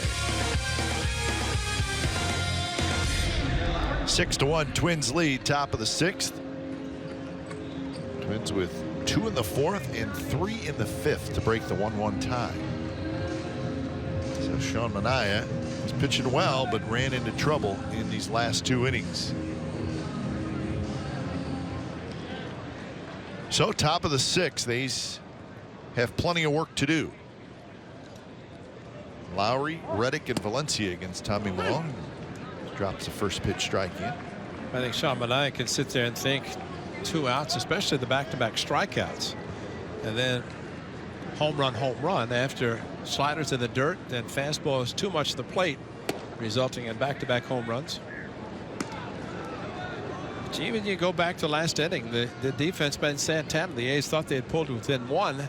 Great throw by Santana, gets the out, and then all of a sudden the Twins add 3 more.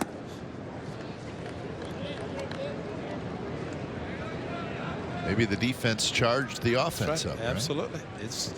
It happens and has happened before.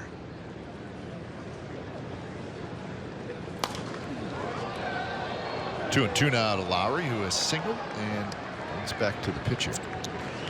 Just thinking, Kev, no batting practice. Actually, the Twins started and then rains came to cover the field, but they have such elaborate cages now under these by the dugout, just beyond the dugout. And you got a full batting cage, so guys could take as much BP as they wanted, either off a coach, off the machine, do whatever. So from that standpoint, they were not losing that much. Sometimes it's better at times when they don't take batting practice and just, as they say, show and go, show up and go with the game. And Lowry strikes out. Second strikeout for Tommy Milone. Challenge him with a fastball. That's what a 7-1 lead will do. And just threw it down the middle. Didn't try to fool him. Didn't try to do anything. Make it 6-1.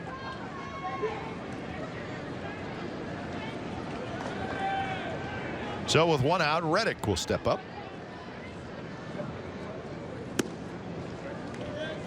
Reddick has hit a fly ball to center, and he has walked.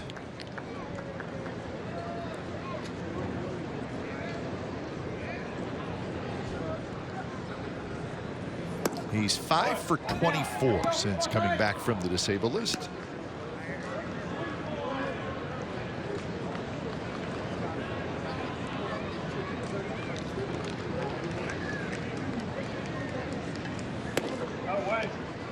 Close pitch. Malone thought it was a strike. Has a long look into C.B. Bucknor.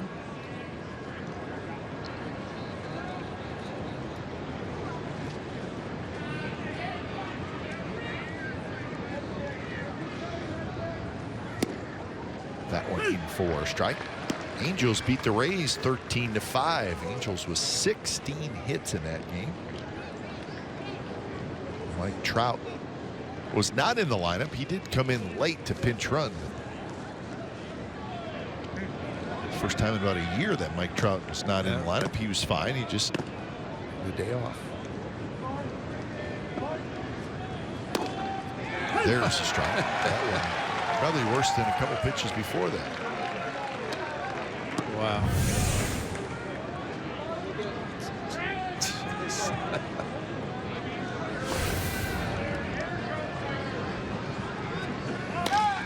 Reddick had to swing at that. Yes, he did.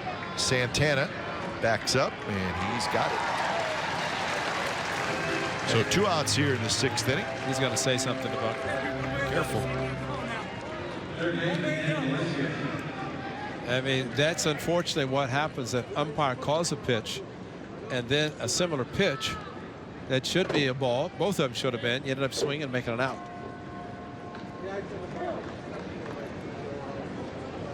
So 2 outs for Valencia, who is 0 for 2. He did reach on a fielder's choice in the 4th inning, and he swings through that changeup.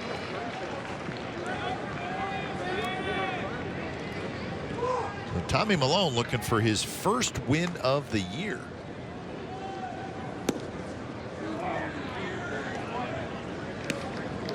And maybe pitching to save his spot in the rotation.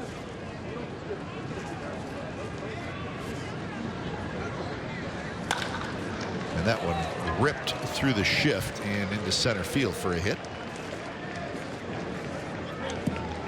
So Valencia goes the other way and hits it very hard.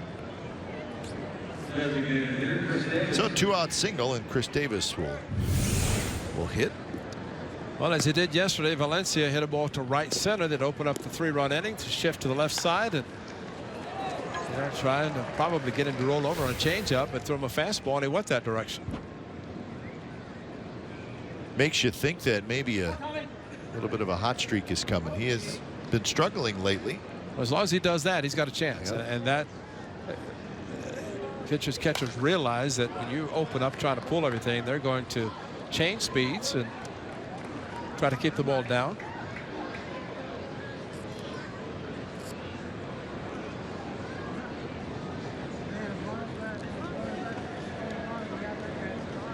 So 0-1 to Chris Davis, who has lined out to center and hit a fly ball to right. Malone scoops it, lobs it to first, side retired. Valencia's single. He is stranded. Bottom of the 6th coming up. It'll be Suzuki, Buxton, and Nunez. 6-1 Twins.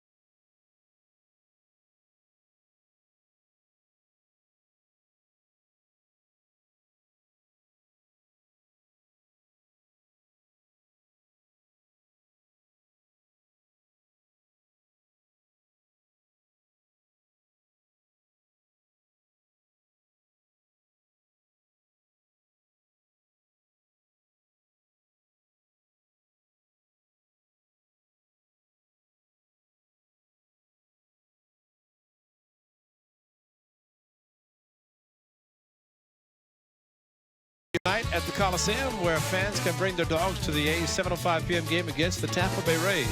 Special ticket is required for Bark at the Park, presented by Aviderm, Nonabone, and PetSmart. This event sells out annually and limited tickets remain. For more information and tickets, visit athletics.com/bark to register for this special night. 6-1 Twins lead. It's the bottom of the sixth. Sean Manaea started out well, but tough fourth inning and then a tough fifth inning. And now Andrew Triggs comes on. When it's time for change, think Speedy Oil Change and Tune-Up. Your oil change, tune-up, and smog experts. So Triggs will face Suzuki, Buxton, and Nunez.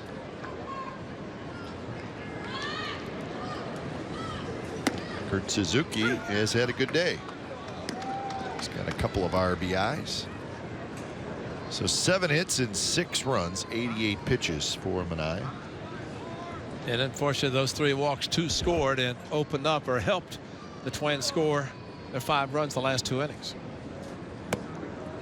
Slider inside, 1-1. Well, Kurt Suzuki had a good night tonight, but he and his wife Renee will be expecting their 3rd child on Tuesday. I didn't know that. Another boy.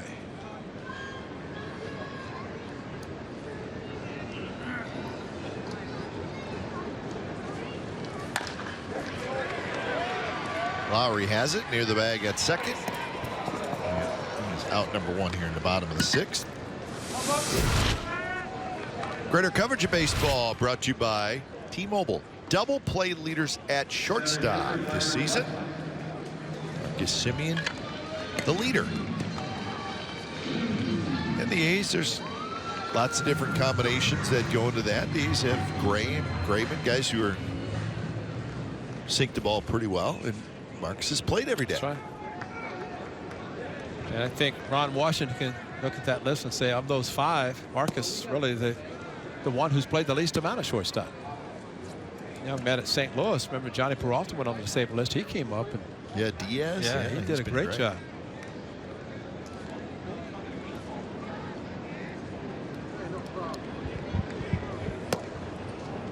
One and 1 to Byron Buxton, who has walked and doubled in a run.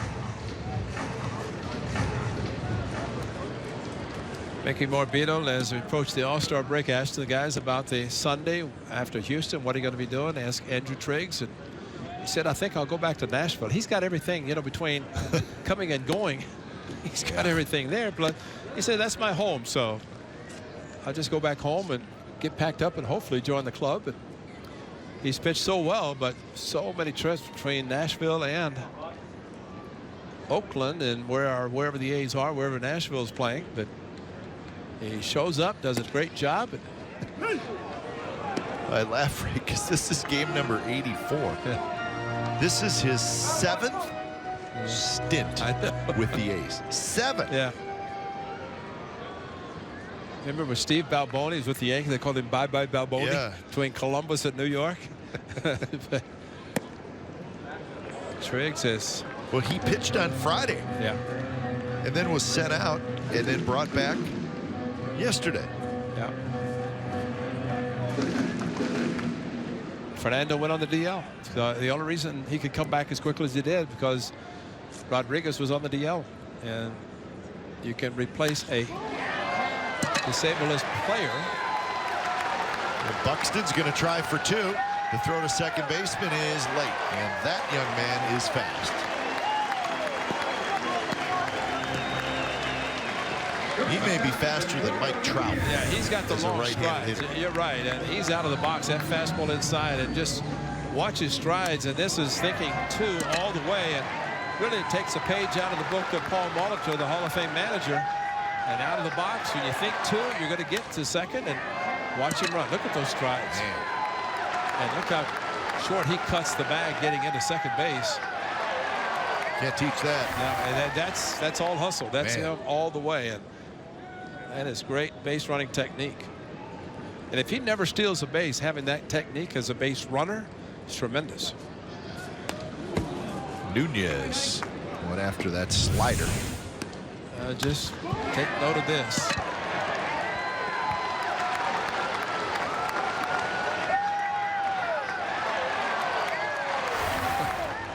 put a clock on him.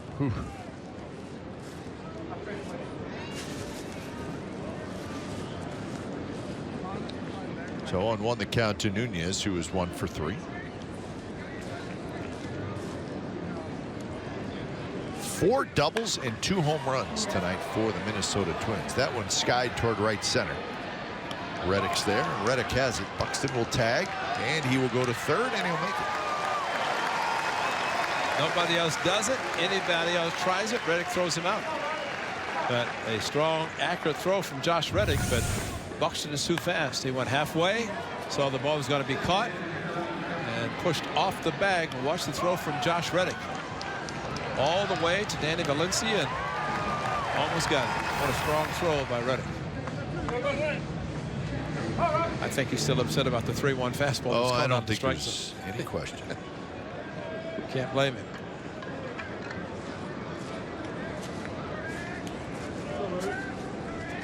So here's Grossman, 2 outs. Slider for strike.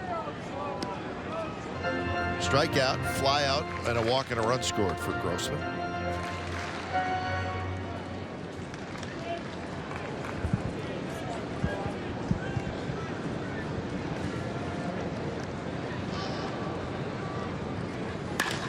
There's a shot. Smolinski's not going to get it. He backhands it, and it'll be a long single for Grossman. Buxton comes in to score. 7-1 Twins lead. Another 2-out run for Minnesota. Well, that's a bunch, and not much a skipper can do. You get the outs, and then a good job of hitting by Grossman. And usually when the pitch is up, Joe Mauer did it yesterday against Kendall Graveman. One of the rare times he elevated a pitch, got it up. Mauer hit a double to left center, stranded in the second. Grossman, though, this time drives in a run. First pitch to Sano is a strike.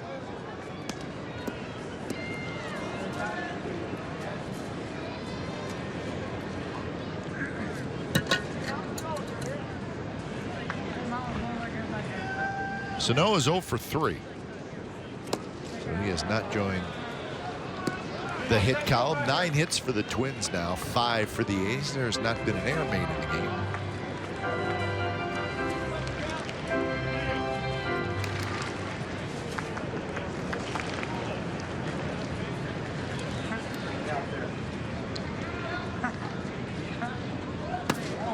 Down and away. Sano takes that one.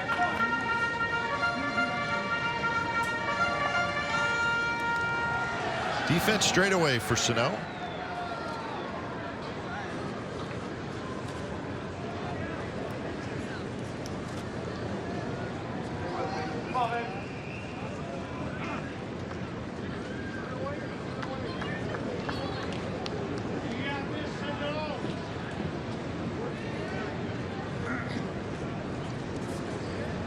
Sano has struck out a couple times tonight.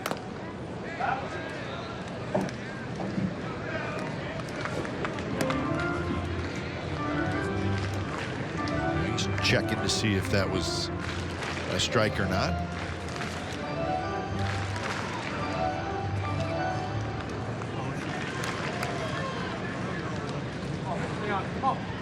Grossman, the runner at first. He had the big 2-out hit. Strike 3 called on the inside corner. Sano strikes out for the 3rd time. A run on 2 hits for the Twins. 7th inning coming up. It's now 7-1 Minnesota. I can't believe the $5 lunch comes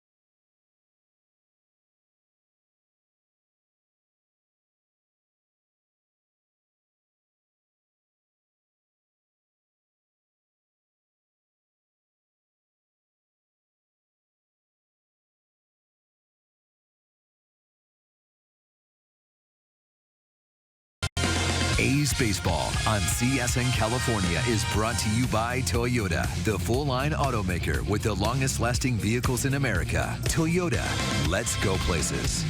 And by Xfinity. X1 from Xfinity will change the way you experience TV. So 7-1, Twins lead the A's. It's the top of the 7th inning. So the A's running out of time in this one. Twins, a couple of home runs tonight. When it's time for change, think Speedy Oil Change and Auto Service, your oil change, tune-up, and smog experts, as Trevor May takes over, just off the disabled list. May missed 23 games with some back spasms. A couple of rehab appearances, and he's back in the big leagues. 6 good innings for Tommy Milone. 1 run, a walk, and 2 strikeouts, and he threw 95 pitches, so he's got a chance for his first win.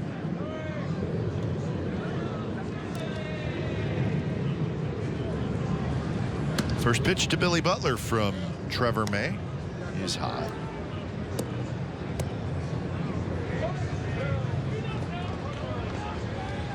So Butler, Simeon, and Smolinski for the A's.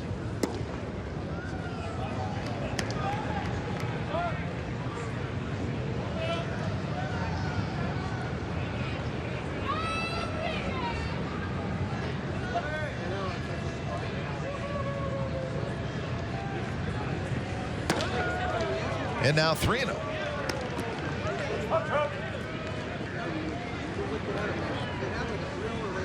So Trevor May, his first action at the big league level in a while.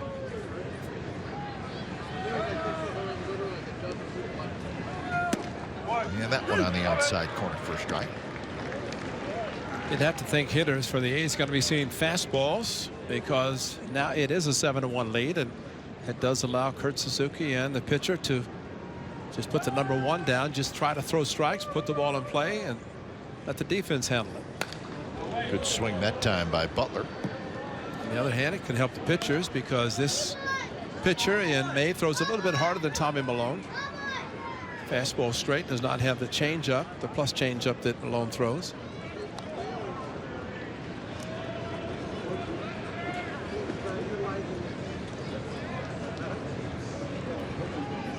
Payoff pitch to Butler, and it's hit high in the air.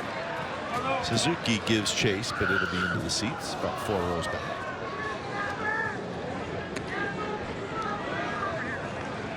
The Astros beat the Mariners 5-2 in Houston.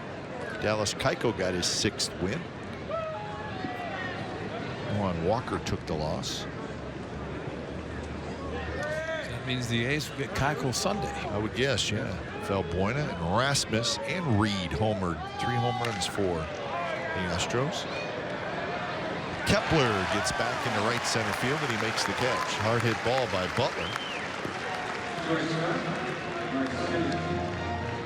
Nelson Cruz hit his 22nd home run for the Mariners, and he's not on the All-Star team. Yeah, there's a few teams and players are going to be talking about being snubbed, and but what is it, 33, 34 on each team? 34 on each team. That's a lot of disappointed people. Yep. Because we got 30 teams. But you never know what can happen between now and Sunday. Yeah, there will be some pitchers that will throw on Sunday. Lofted down the right field line, and it's foul.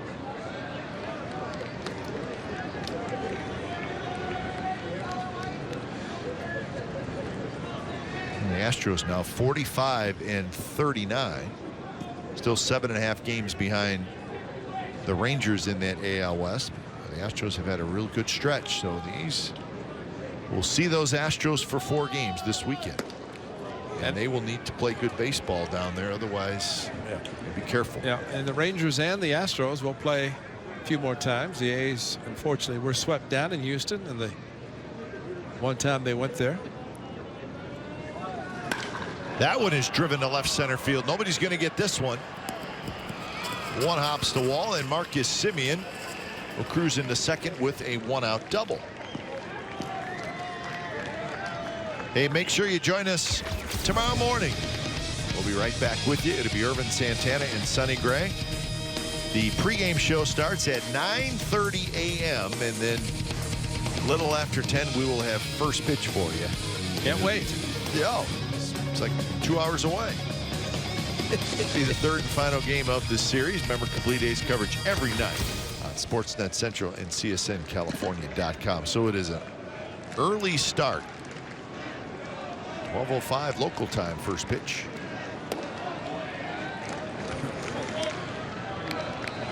And a lot of talk going on with the rain coming down. It was coming down hard for a long time, that there would, if it did get postponed, there would be a doubleheader tomorrow, and it would be a day-night doubleheader. They were talking about local time now at 12 o'clock and a 6 o'clock. Not anymore. Nope, we don't have to worry about that now. The Twins were not really up for that because they're traveling to Texas just like the A's are. Nobody wants to arrive that late. But of course, the weather doesn't cooperate. There's nothing you can do. I guess the rumor was that the Twins actually have a family trip. That is their family trip, where there's family, I guess, going on the plane. Which you don't hear about family trips too much anymore. Usually the planes don't accommodate. They're not big enough. So getting into Arlington at about 1 o'clock with a plane full of kids, that's asking a lot. So the Twins really did not want to have to do that if it was possible, and they don't have to worry about it now. Well, the late Johnny Oates talked about that when he managed the Rangers, where he said he would prefer to play day games in the real hot weather in Arlington, Texas, so they didn't have to get in at 3 in the morning as a team. But he said even worse if it happened to be a family trip. And it was very hard to keep everybody awake, especially the players, because they have the schedule. But it's a little bit more difficult otherwise. But it can get hot in Texas. The A's will experience that for 3 trips, July, August, and September, down to Arlington. 2-2 pitch to Smolinski. A good rip at it. Gets it into the upper deck and bangs off the concrete and all the way down.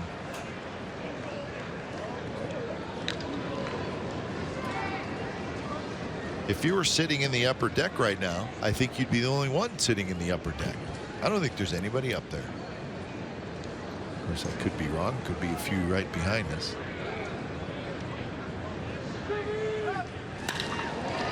That one's belted to center field and deep. Buxton on the move, and Buxton at the wall. He caught it. He bangs into the wall. So Buxton standing out at the wall, and he may have banged his knee up against the wall. But when he caught it, he did not have much time to brace himself. Well, Smolinski, unfortunately, to left center, and you're right, he hit the wall hard after making the play. Kind of a chain link fence above, but the bottom part where he banged his knee. But what a play by Buxton, and showing the great speed again, robbing Smolinski. I always say the difference in the minor leagues, AAA, and the big leagues is right there, the defense. Yeah, that's true. true. That's extra bases for Smolinski. Drives it a run. If he pulls it another 20 feet to the left, it's a home run. But hit it in that area, especially with 2 strikes, and Buxton made a great play. So here's McBride looking for a 2-out hit. All right. Good morning. Good morning, everybody. See you later today. We have reached midnight here in Minneapolis. Game started at 9:52 local time. Well, there have been some World Series games that have gone past midnight. Oh, yeah. And the broadcasters had said, well, we'll see you a little bit later today. Yeah. You know, in 04, when the Red Sox had the unbelievable comeback and won the World Series, first time since 1918. And David Ortiz hit a walk-off the next morning. Those games started at about 8:20 Eastern time every World Series game.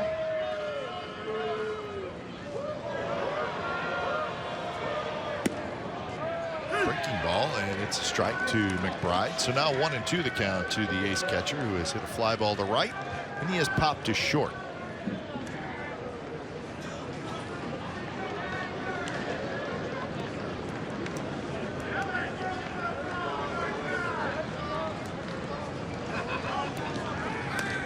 Foul straight back. 94 miles an hour on the fastball from Trevor May.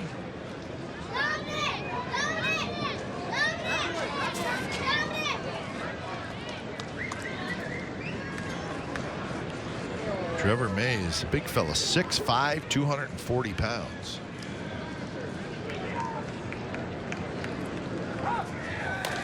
And this one's popped up. Suzuki will turn around but will not chase.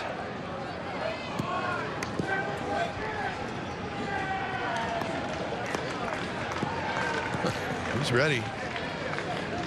He just got that glove too. He just got it earlier today because the tag's still on it. See, there his sister's locked in too.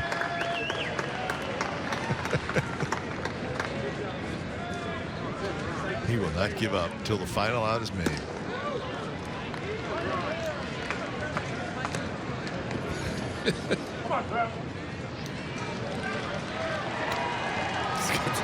That's a great call. Tag on his glove.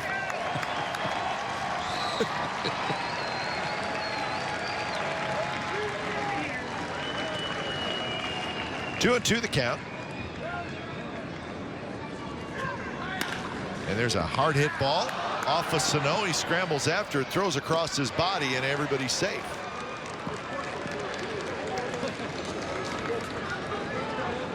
So Sano, he knocked down a very hard hit ball, but then it just rolled too far away. Well, you think if Lowry's ball was a base hit. Well, we'll wait and see. Wait to see what they say. So it's going to be an error. Yeah, it actually was in his glove. You're right. So that is error number 58 on the Twins. And you hate to judge a guy on just a couple games that you've seen him, but he does not look comfortable at third base. That was a line drive that just popped out of his glove.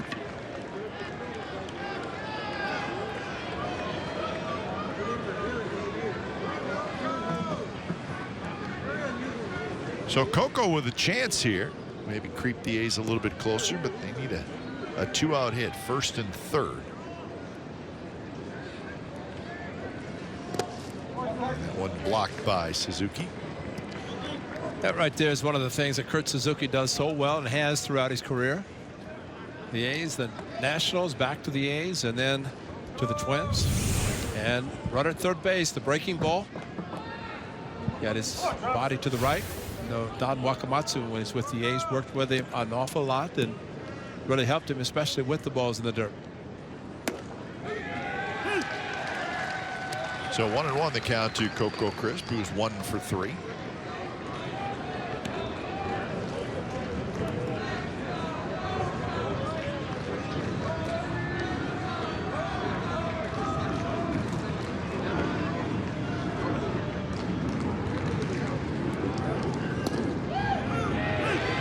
Strike, 1-2, 95 miles an hour.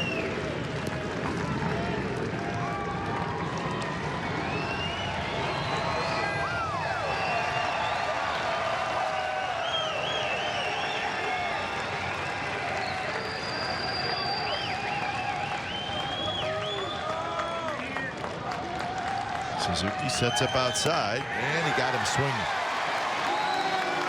So the A's get a hit. Get an air, and they strand a pair. 7th inning stretch time coming up. 7-1 Twins.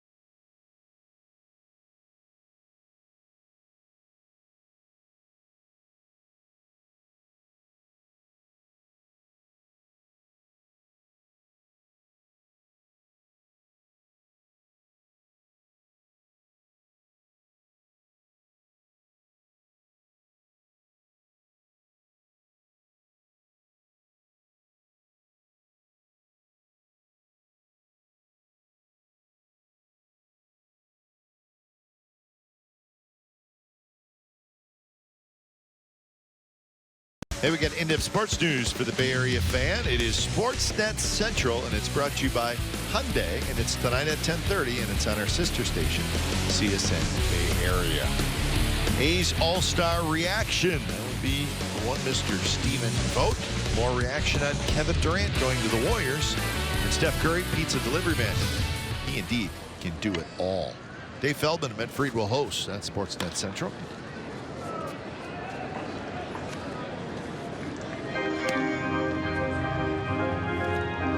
That is Patrick Schuster, the left-hander, who looks like he may make his major league debut in just a matter of moments. One of all his people, the parents, that stuck around just in case. They were here yesterday, didn't get in the game. Tonight, different story. Valencia scoops it up, and that's out number 1 as Dozier is retired. 7-1, the Twins lead here in the bottom of the 7th. They scored 1 in the 2nd, 2 in the 4th, 3 in the 5th, and 1 in the 6th.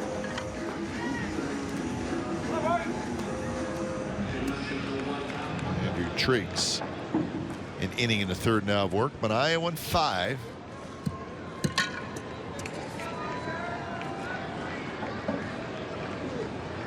Here's Kenny Vargas. Kenny Vargas is 2 for 3 with a double, a homer, 2 RBIs, and 2 runs scored. And he was 0 for 3 last night or yesterday, but making up for it in tonight's game.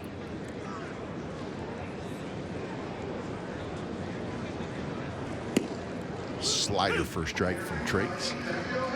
Such a great backdoor breaking ball that Triggs throws. He drops down, throws across his body, and we've always said about the guy drops down, it makes it easier for the left-handed hitter to pick up the ball, but for some reason he hides it well and throwing across his body, kind of sneaks it in. The hitters freeze on it.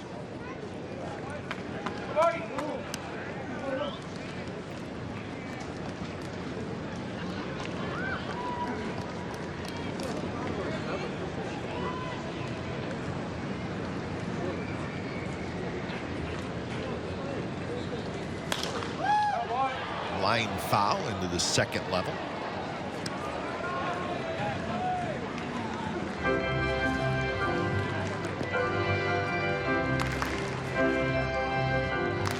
Sonny Gray gets the ball tomorrow. Today. Sonny Gray gets the ball today. Oh, this is what Kenny Vargas did in his last at bat. A 2-run home run from the right side. Smolensky, a great effort. And Manaea had hoped he would have caught it, but did not. That would have been the 3rd out of the inning instead of a 2-run home run. And Kepler, the next batter, a solo home run back-to-back for the Twins. Strike 3 called, and that's out number 2. Now that had been a whole different story. Bob Melvin going to the bullpen for the debut of Simon and Schuster. This is pitched the outside breaking ball, and so Schuster comes in to face another rookie lefty, Kepler. So we got a major league debut when we come back, and we're looking forward to it. When it's time for change, think Speedy Oil Change and Auto Service, your oil change tune-up and smog experts. Here comes Patrick Schuster. I'll see you tonight.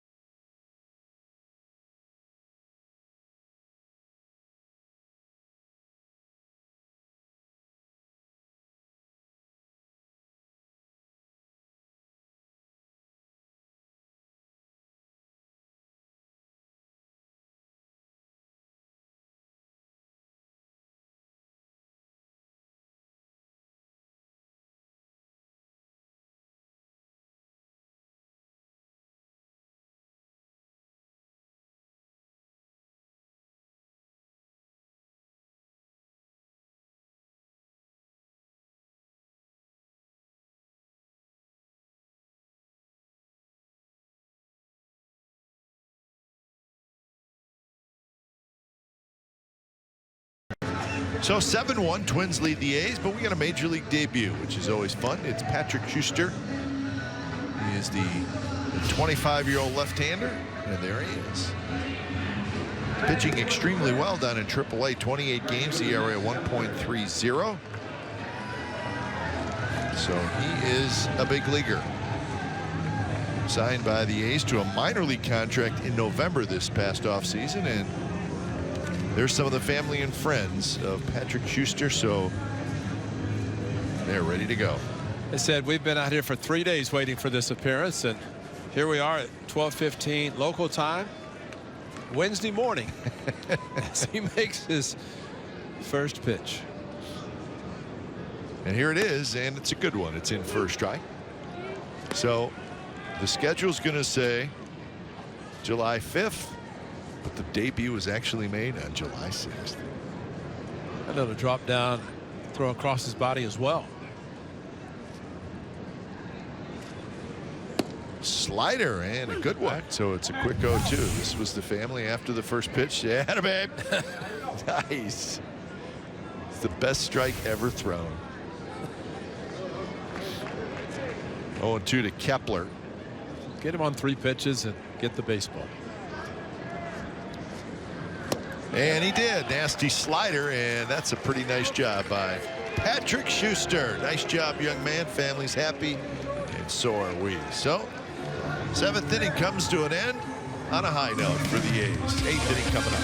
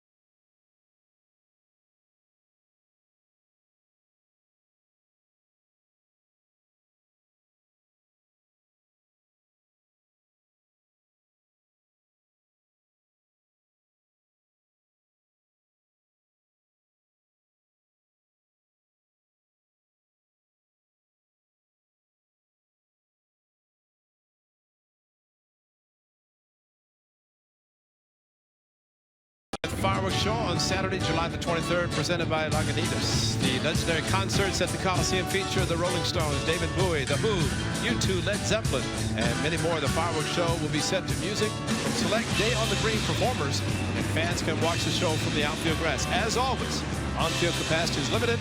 Get your tickets today at athletics.com/fireworks, and remember also that the Z-Man, Michael Zagaris, has pictures of every one of those concerts, because more than likely, he's probably taking pictures right on the stage while they were performing. Yep, right there, like right in front of the lead singer. It had the shirts pulled up, showing the guns. Congratulations, yes, Patrick Schuster. What a job! 3 pitches, a fastball, a couple of sliders, and you know, I saw Matt McBride. He caught the ball instead of throwing the ball back to mountain. He took it in the dugout. What a nice souvenir for Mr. Schuster to make his major league debut, get a strikeout on 3 pitches, and I hope to put the baseball on his mantle and enjoy it. New pitcher for the Twins is Neil Ramirez. There they are.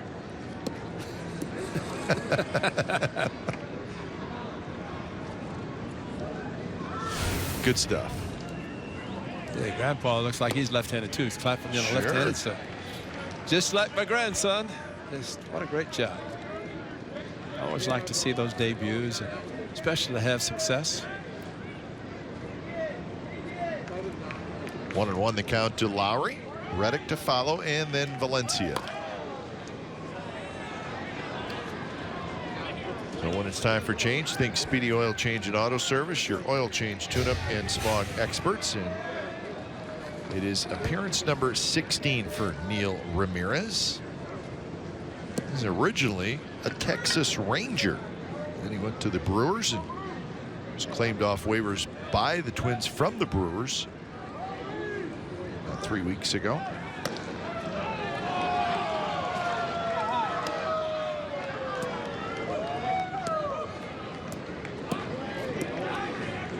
Trevor May went an inning, gave up a hit and a strikeout. After Tommy Malone's 6 good innings tonight.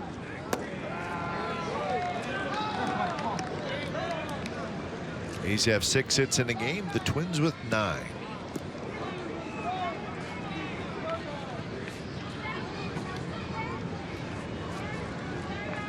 Well, the games in the American League are final.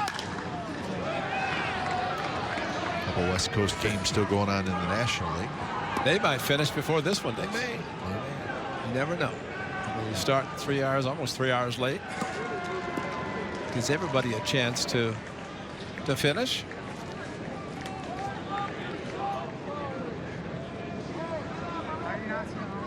Three-two pitch. Foul back. Second level. Nice to see some of the A's fans stick around after a 2-hour and 42-minute rain delay. A lot of them here. Figured they'd come to the park and get a chance to come and watch one game in 2 days. That's pretty special.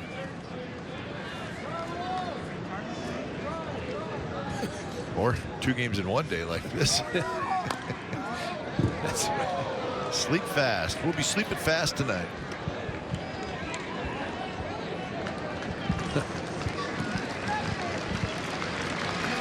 Lowry has a hit tonight. He's 1 for 3. Yeah, he's got this thing about a night-day doubleheader. I guess tonight is the night. Yep. This morning is the morning, the night, and tomorrow's the day. A little break in between. Another foul ball. Pretty nice play by a fan. About 3 sections over from our broadcast booth.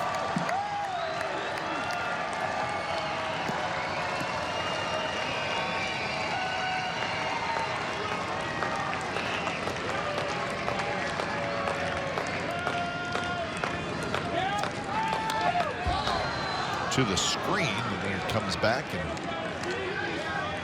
Lowry knocks it away.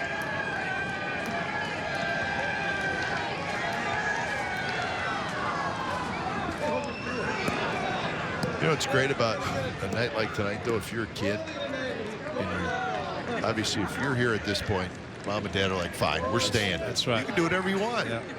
You can run up and down the aisles. you can go from section to section. You have the whole ballpark to yourself. I mean, look at this guy. Now, if there's 35,000 people here, he's not going to do that. Oh, no. Oh, Hurry. there's nobody here, so he's right in the front row. You know what? They're having as good a time as if the place was full. They're probably having a better time. That's great. Had 2 pearls. That is great. You think those 2 aren't going to get in the car and they're going to chuckle all the way home? Dad, you're the best.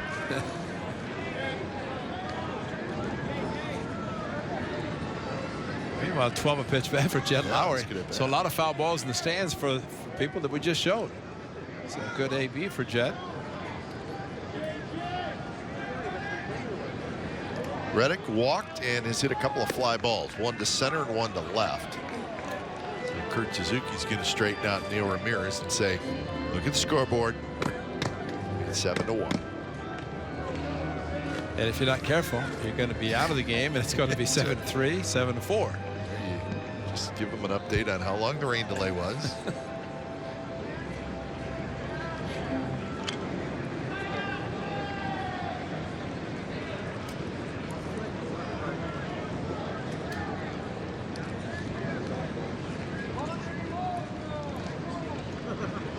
shift is on for Reddick. And now it's 2-0.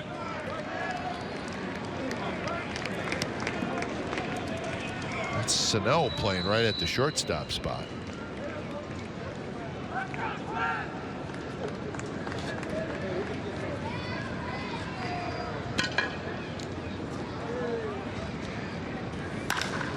That one's hit well to left field. Santana's back, still going back, reaches for the wall and then jumps up and he dropped it. The throw goes to third and it's off of Sano, and Lowry is going to stay at third as the ball rolling around in front of the A's dugout. So Santana almost caught it. Well, and he jumped, and he should never have jumped. He didn't have to jump. He thought the wall was on him, and he jumped. And I think by jumping, maybe a couple of feet in front of the wall, and he ends up dropping the ball. Reddick put really a great swing of the ball, carried, but watch it. He's like he's trying to feel for the wall, feeling it's not there, and he jumped, and he's still 3 or 4 feet from the wall. And so Reddick gets a double on a high fastball after a couple of fastballs out of the strike zone, but he goes well to the opposite field. So maybe a late comeback for the Athletics. We got a shot now, second and third, nobody out for Valencia.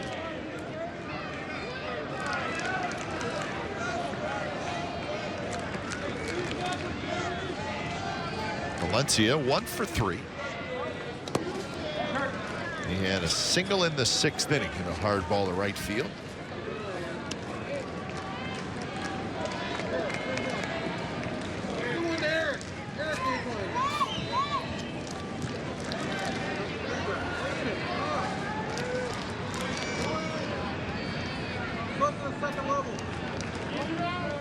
So a walk and a double for the A's here in the 8th inning.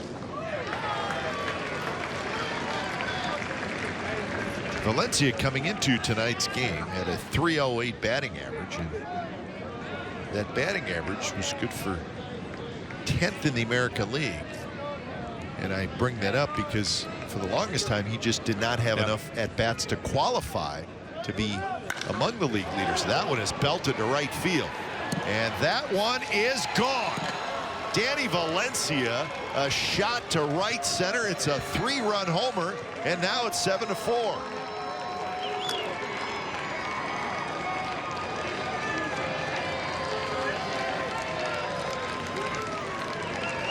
So now it is a ball game. Yep. We miss you, Danny. I think amazing yesterday, the double to right field, a base hit to right field. And for Danny Valencia, the first since the 25th of June. And he didn't really think this was gone, but he hit it well enough. And it just kept carrying over the fence and bounced back in. You can see it right there. That's what the umpires saw. It hit above the flowers. And Ramirez is not going to be along for this game, you would not think. He has allowed the A's to get right back in it. First pitch to Davis is outside.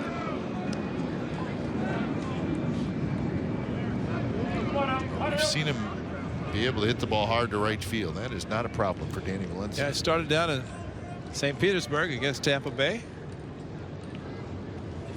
Swing and a miss by Chris Davis. First 3-run home run for. So Ryan Presley gets up.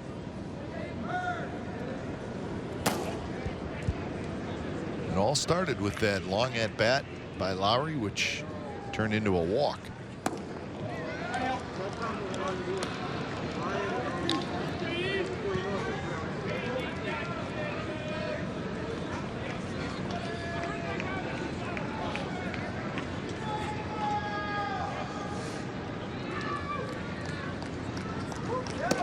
Outside again, and now it's 3-2.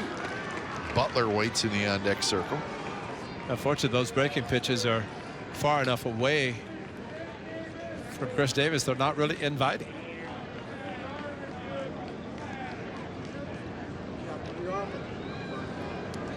So 3-2. Here it is.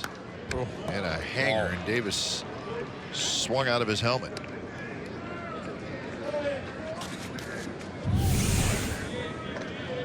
Well, it was a hanger and just a little bit tardy on it.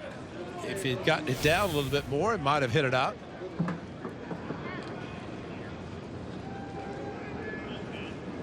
So another 3-2 pitch. Here it is. Missed inside. He walked it. Still nobody out, folks.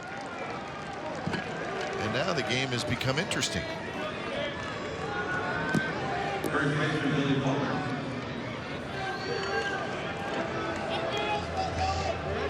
So Ramirez has gone walk, double, homer, walk. And that's going to do it as Paul Molitor sees his lead slipping away.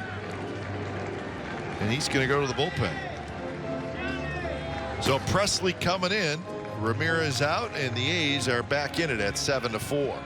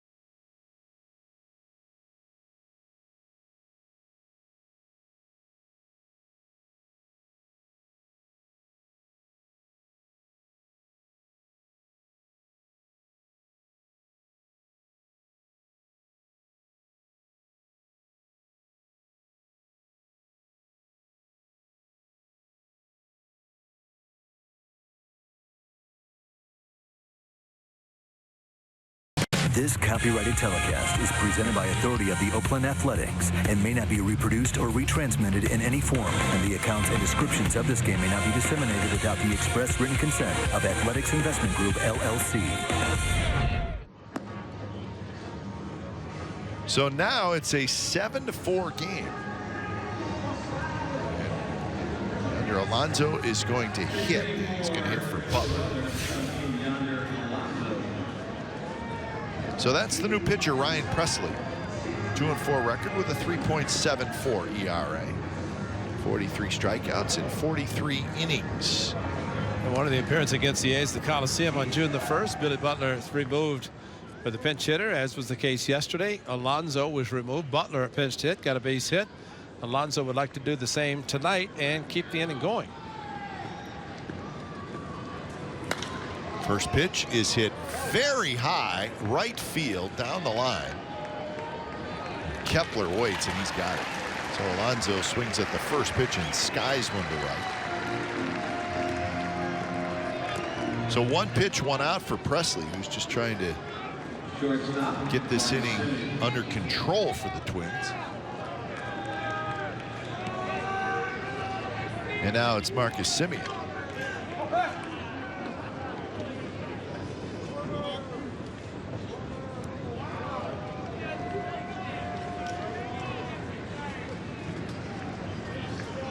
Semien has homered, struck out, and doubled. Good pitch there by Presley. Down around the knees. A long time ago. Actually, last night. It's hit by Marcus Semien on a 3-2 fastball. The next time he went changeup away. Stayed away from him after the home run, but 18 long ones for Marcus Semien. Another good pitch by Presley, 0-2.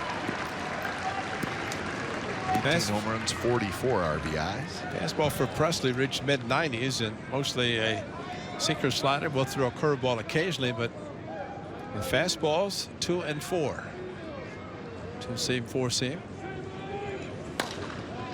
Well, emergency swing. Semien stays alive.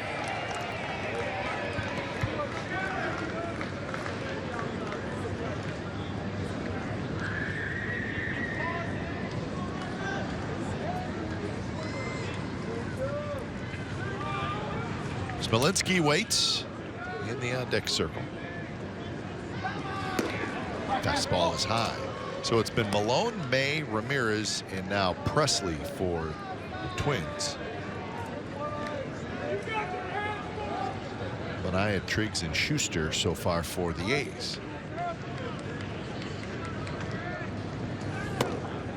Close pitch. It missed the target.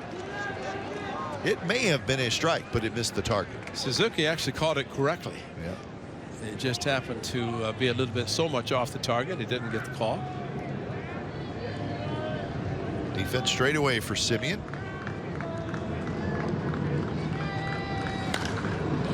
It's a foul right side. And the race is on for that foul ball.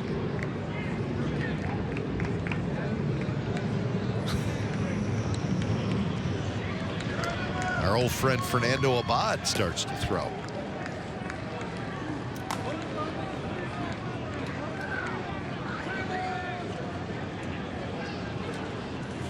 Two-two pitch. This one may be playable. Vargas waits right in front of his own dugout, and he's got it. So Simeon fouls out. And that's 2 outs.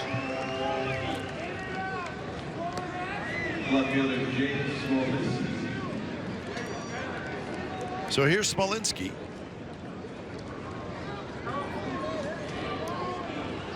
Smolinski is 1 for 3, a single and a stolen base. That was in the 5th. Ace with a run in the 2nd and 3 here in the 8th on Valencia's home run.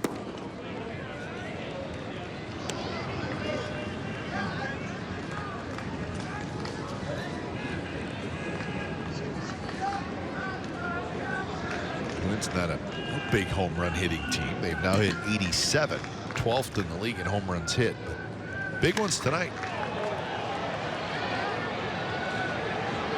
And in front of the wall is Buxton, who grabs it. So the A's do sneak back in this on the 3-run homer by Danny Valencia. So bottom of the 8th coming up. It's now 7-4. Twins over the A's.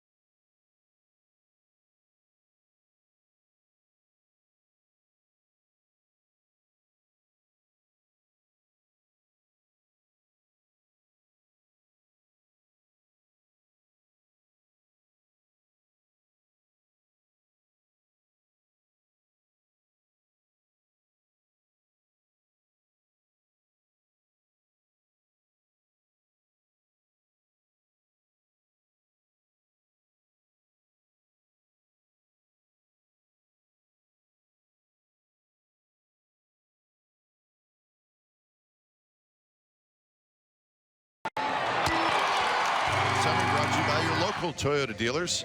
4-8-0 for the A's.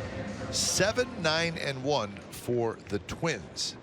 Manaea gives up 6 earned runs in 5 innings. Tommy Milone, 1 earned run in 6 innings. And each team with a couple of home runs. The Twins' home runs were back-to-back in the 5th inning. So this is Danny Santana leading it off. So Patrick Schuster in Major League debut.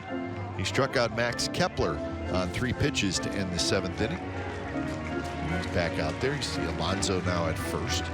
Schuster 4 pitches, 4 strikes.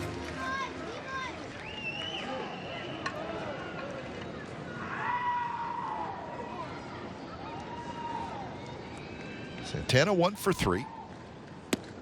Breaking ball, another strike, 0-2. Suzuki will be next, and then Buxton.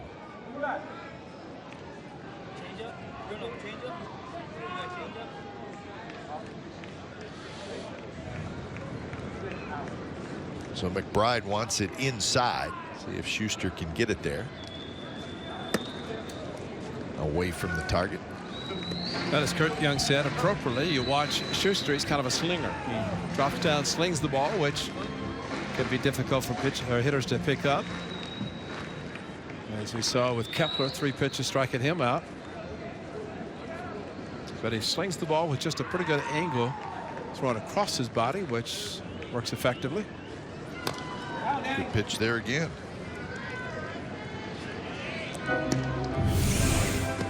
That hit come right at you with a foot, and then kind of the opposite to Triggs. Not as much as Andrew Triggs, but from the left side, still a little bit across his body. Well, he's paid his dues, Ray. 7.5 years in the minor leagues for Patrick Schuster. Started in pro ball in 2009. So Lowry has it as he ranges to his left. That's out number 1. So Schuster has been around. In fact, he's been with a bunch of different organizations. Originally with the Diamondbacks, he was the 13th round pick of Arizona in 2009. But he has also been with the Astros as a Rule 5 pick. He was traded to the Padres, claimed off waivers by the Royals, back to Arizona, and then traded to the Cincinnati Reds, and then signed by the A's. So he has been around. Perseverance, you gotta love it. He's left-handed, stick around.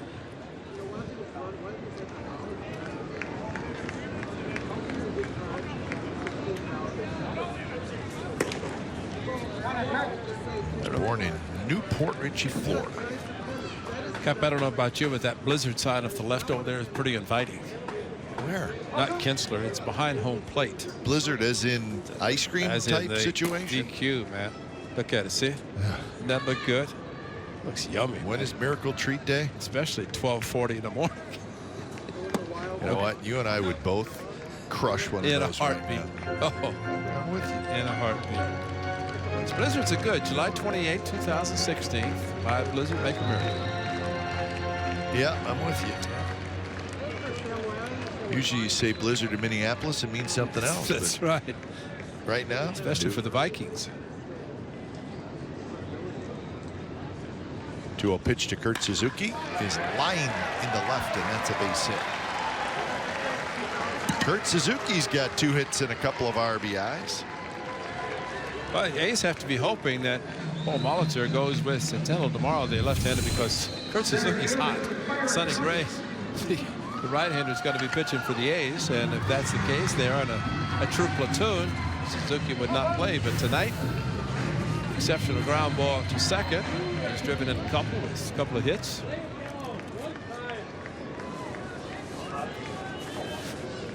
And he faces Byron Buxton, does Schuster.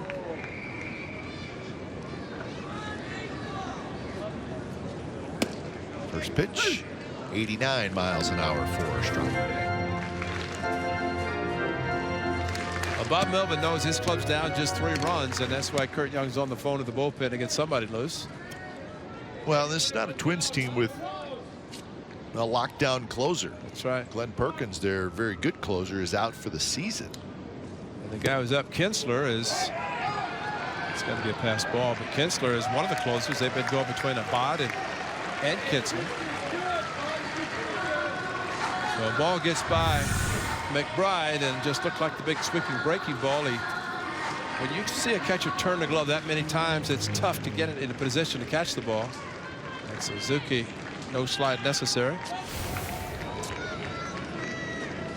So 0-2 to Buxton, but now a runner at second.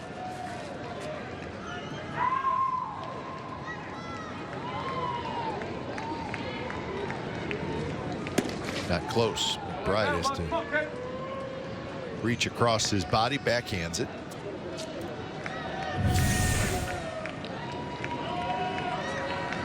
This ball just didn't break, and McBride, who wanted the pitch inside, down and in. So the A's will now get Liam Hendriks up, trying very hard to keep this a 3-run deficit. Back to Lowry, who has it. So 2 outs. Now Suzuki at third. You know what that would have been without the fastball wild pitch. We haven't heard yet what it is or what it was, but that was a double play ground ball. But fortunately, runner wasn't second, only 1 out. So with 2 outs in, Suzuki at third, and have to try to get Nunez out.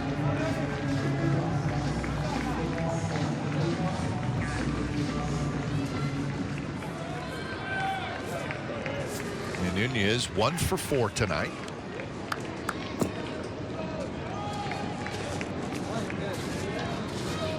It was 0 for 4 last night, so 1 for 8 in the series. And there's a liner to right and a base hit. So Suzuki trots in to score, and that's a big extra run for the Twins. They lead 8-4.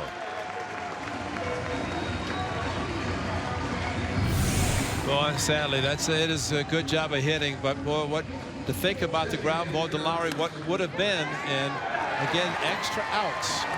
When you put a runner in score position, take away the possibility of a double play, it gives the ball club a chance to score, and again, another 2-out run. That is now 7 of the 8 runs coming with 2 outs. And this after a game where the Twins went 0 for 8 with runners in scoring position. That was yesterday. Great point, unfortunately, but yeah. Tonight, just the opposite, especially the 2-out runs.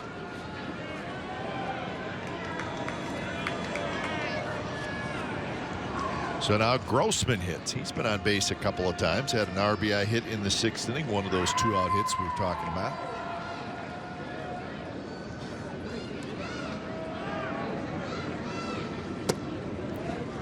Breaking ball is called a strike. Grossman not convinced that it was a strike.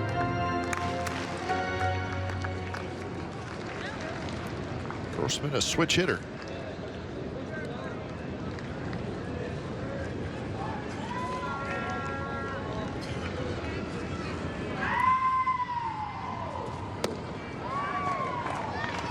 So Patrick Schuster now has an ERA.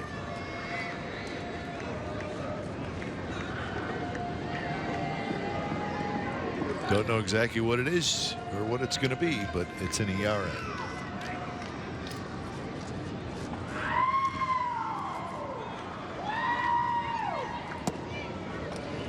I guess a run in 1 inning of work would be 9. Did we ever hear what was called on McBride? If it's a pass ball, it's unearned. So if not heard, and what did we say? Passed ball. So it was a pass ball. Point, if it's a pass ball, then at this point, and of course, if the inning continues, I think that changes everything. So we will see. Let's hope that is not the case, as now they're 4 back.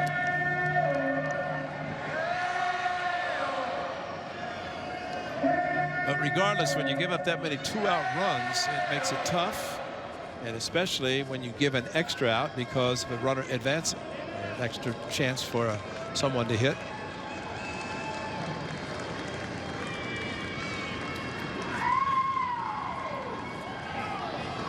The 3-1 pitch, and he swung at it. He swung at it, hit him.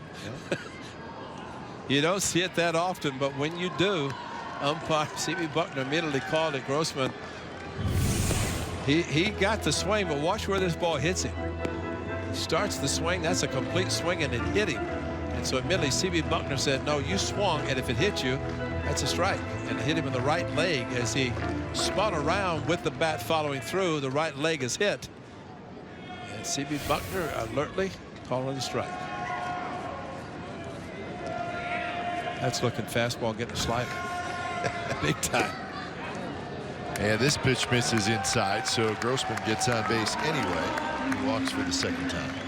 Bob Melvin already calling to Liam Hendriks.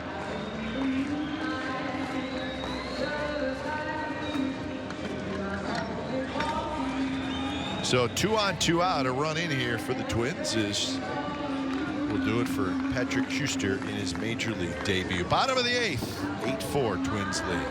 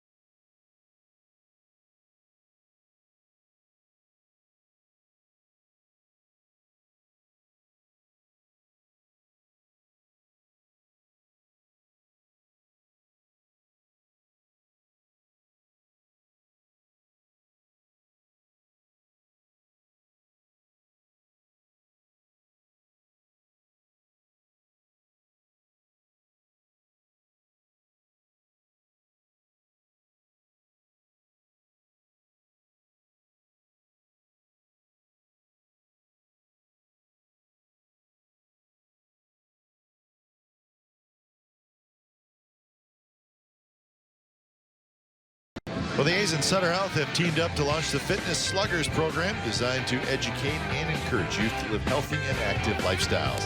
Participants can compete in the monthly fitness challenges with select winners eligible for A's games and A's tickets and also other A's opportunities. Take the Fitness Sluggers pledge and download the Fitness Sluggers posters by visiting athletics.com/fitness.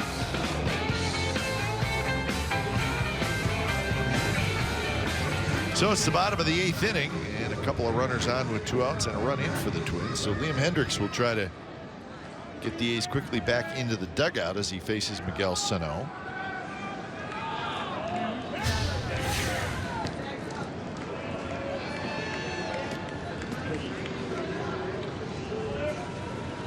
So Hendriks' 19th appearance. He faces Sano, who is 0 for 4 with 3 strikeouts. And the first pitch down and in to Sano, hitting in the 3rd spot for the Twins. 226 is his average.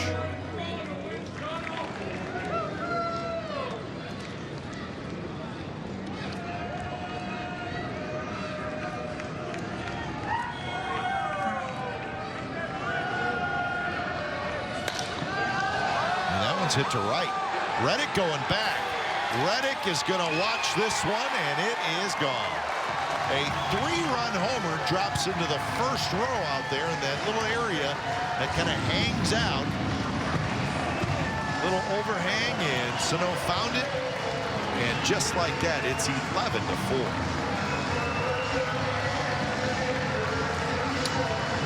That's too bad.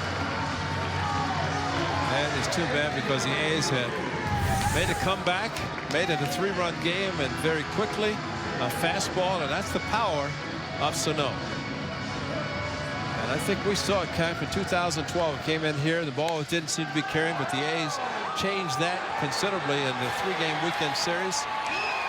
And balls like that just kept flying to right field, and that one hurt. And now Schuster does have an ERA. Yes, he does. Because that just changed everything.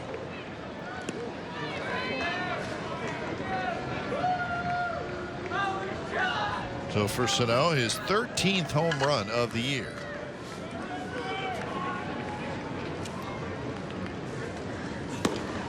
There's a strike to Ryan Dozier. Did you know that those runs were 2 outs? Yeah. Thought I'd run that back. Thank you. I had a feeling you knew that. For reminding me exactly. So 5, 6, 10. Man. 10 of the 11 with 2 outs. So that 0 for 8 yesterday is maybe 8 for 8 tonight. Yeah, it seems like it. Yeah.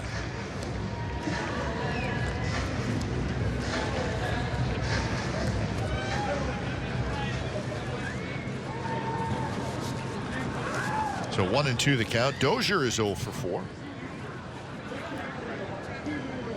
So 4 spot here in the 8th for Minnesota.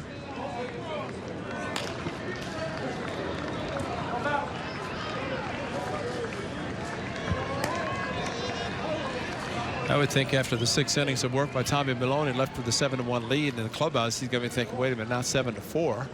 Am I going to get a no decision out of this potential win? And I don't know what's going to happen in the A's 9th inning, but it's now a 7-run game again. 2-2 the count.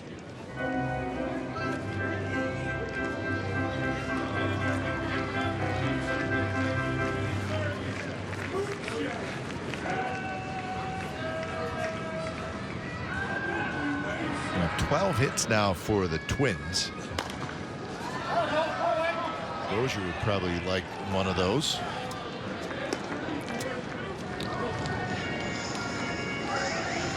In fact, everybody's got a hit except Dozier. He is with 2. Grossman's got 1. Vargas a couple. Kepler a home run. Bottom of the order has done quite a bit of damage for the Twins today.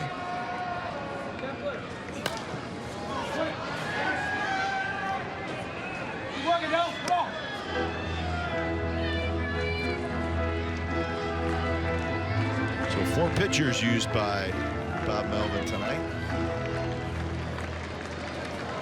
and they've all been hit with at least a run,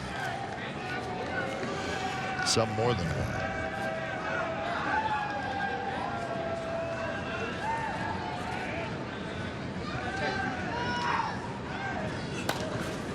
Another foul ball. This one bangs off the facing of the second level.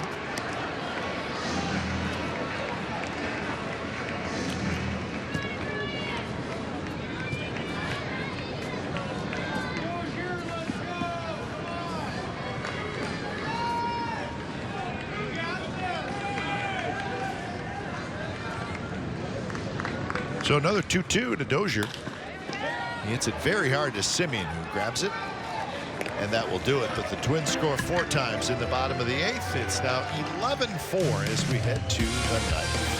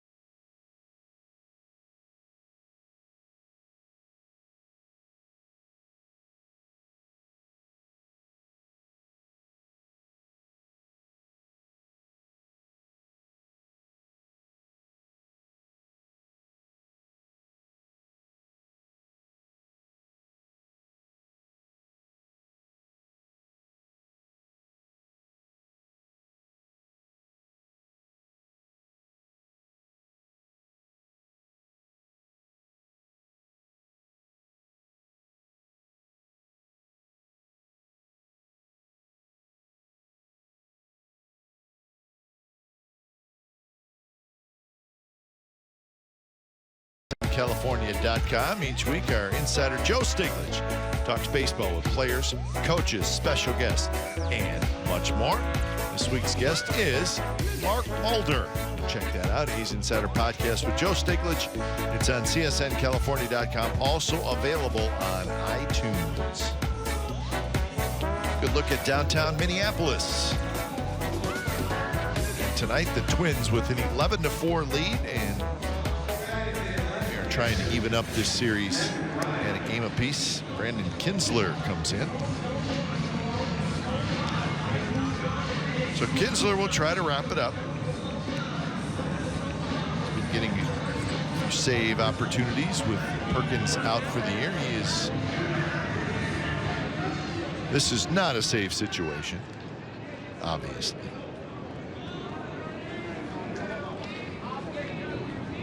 Kinsler.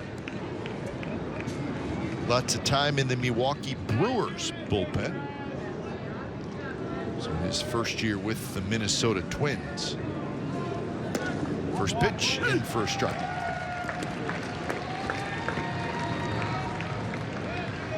In fact, he had some pretty good years with the Brewers, but injuries last year.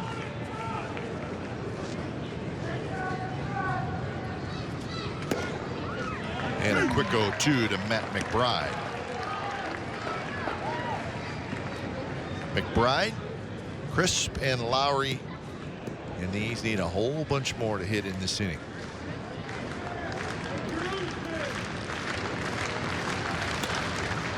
Reach for it, hit the shallow left. Hustling in is Danny Santana. Danny made a nice running catch. So McBride 0 for 4. Cap, as we saw yesterday, I don't know that Rosario would have caught that. And so that's a difference tonight. Santana's thrown out a base runner. He did drop a ball on Reddick's fly ball, but he's played very good at left field tonight for the Twins. But yesterday, a totally different story that helped the A's win the first game of the series on Independence Day.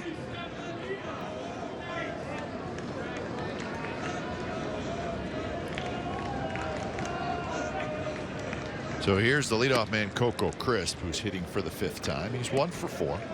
A couple of groundouts, a single, and a strikeout. We failed to mention his single in the 5th inning extended his hitting streak to 12 games.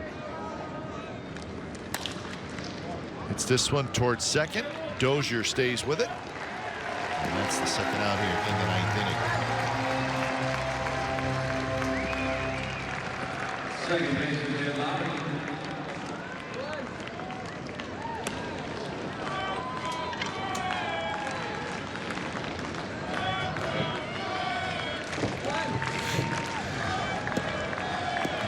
So Lowry steps up.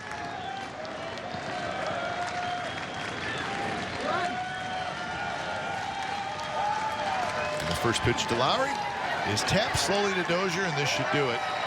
And it will. So Kinsler has a very quiet top of the 9th inning, and a long night here at the ballpark in Minneapolis comes to an end. And it comes to the end with an A's loss as the Twins even up this series at a game apiece. And it'll be the rubber game of the series tomorrow, and we'll have it for you right here on CSN California. Final score tonight, it's the Minnesota Twins 11 and the Oakland A's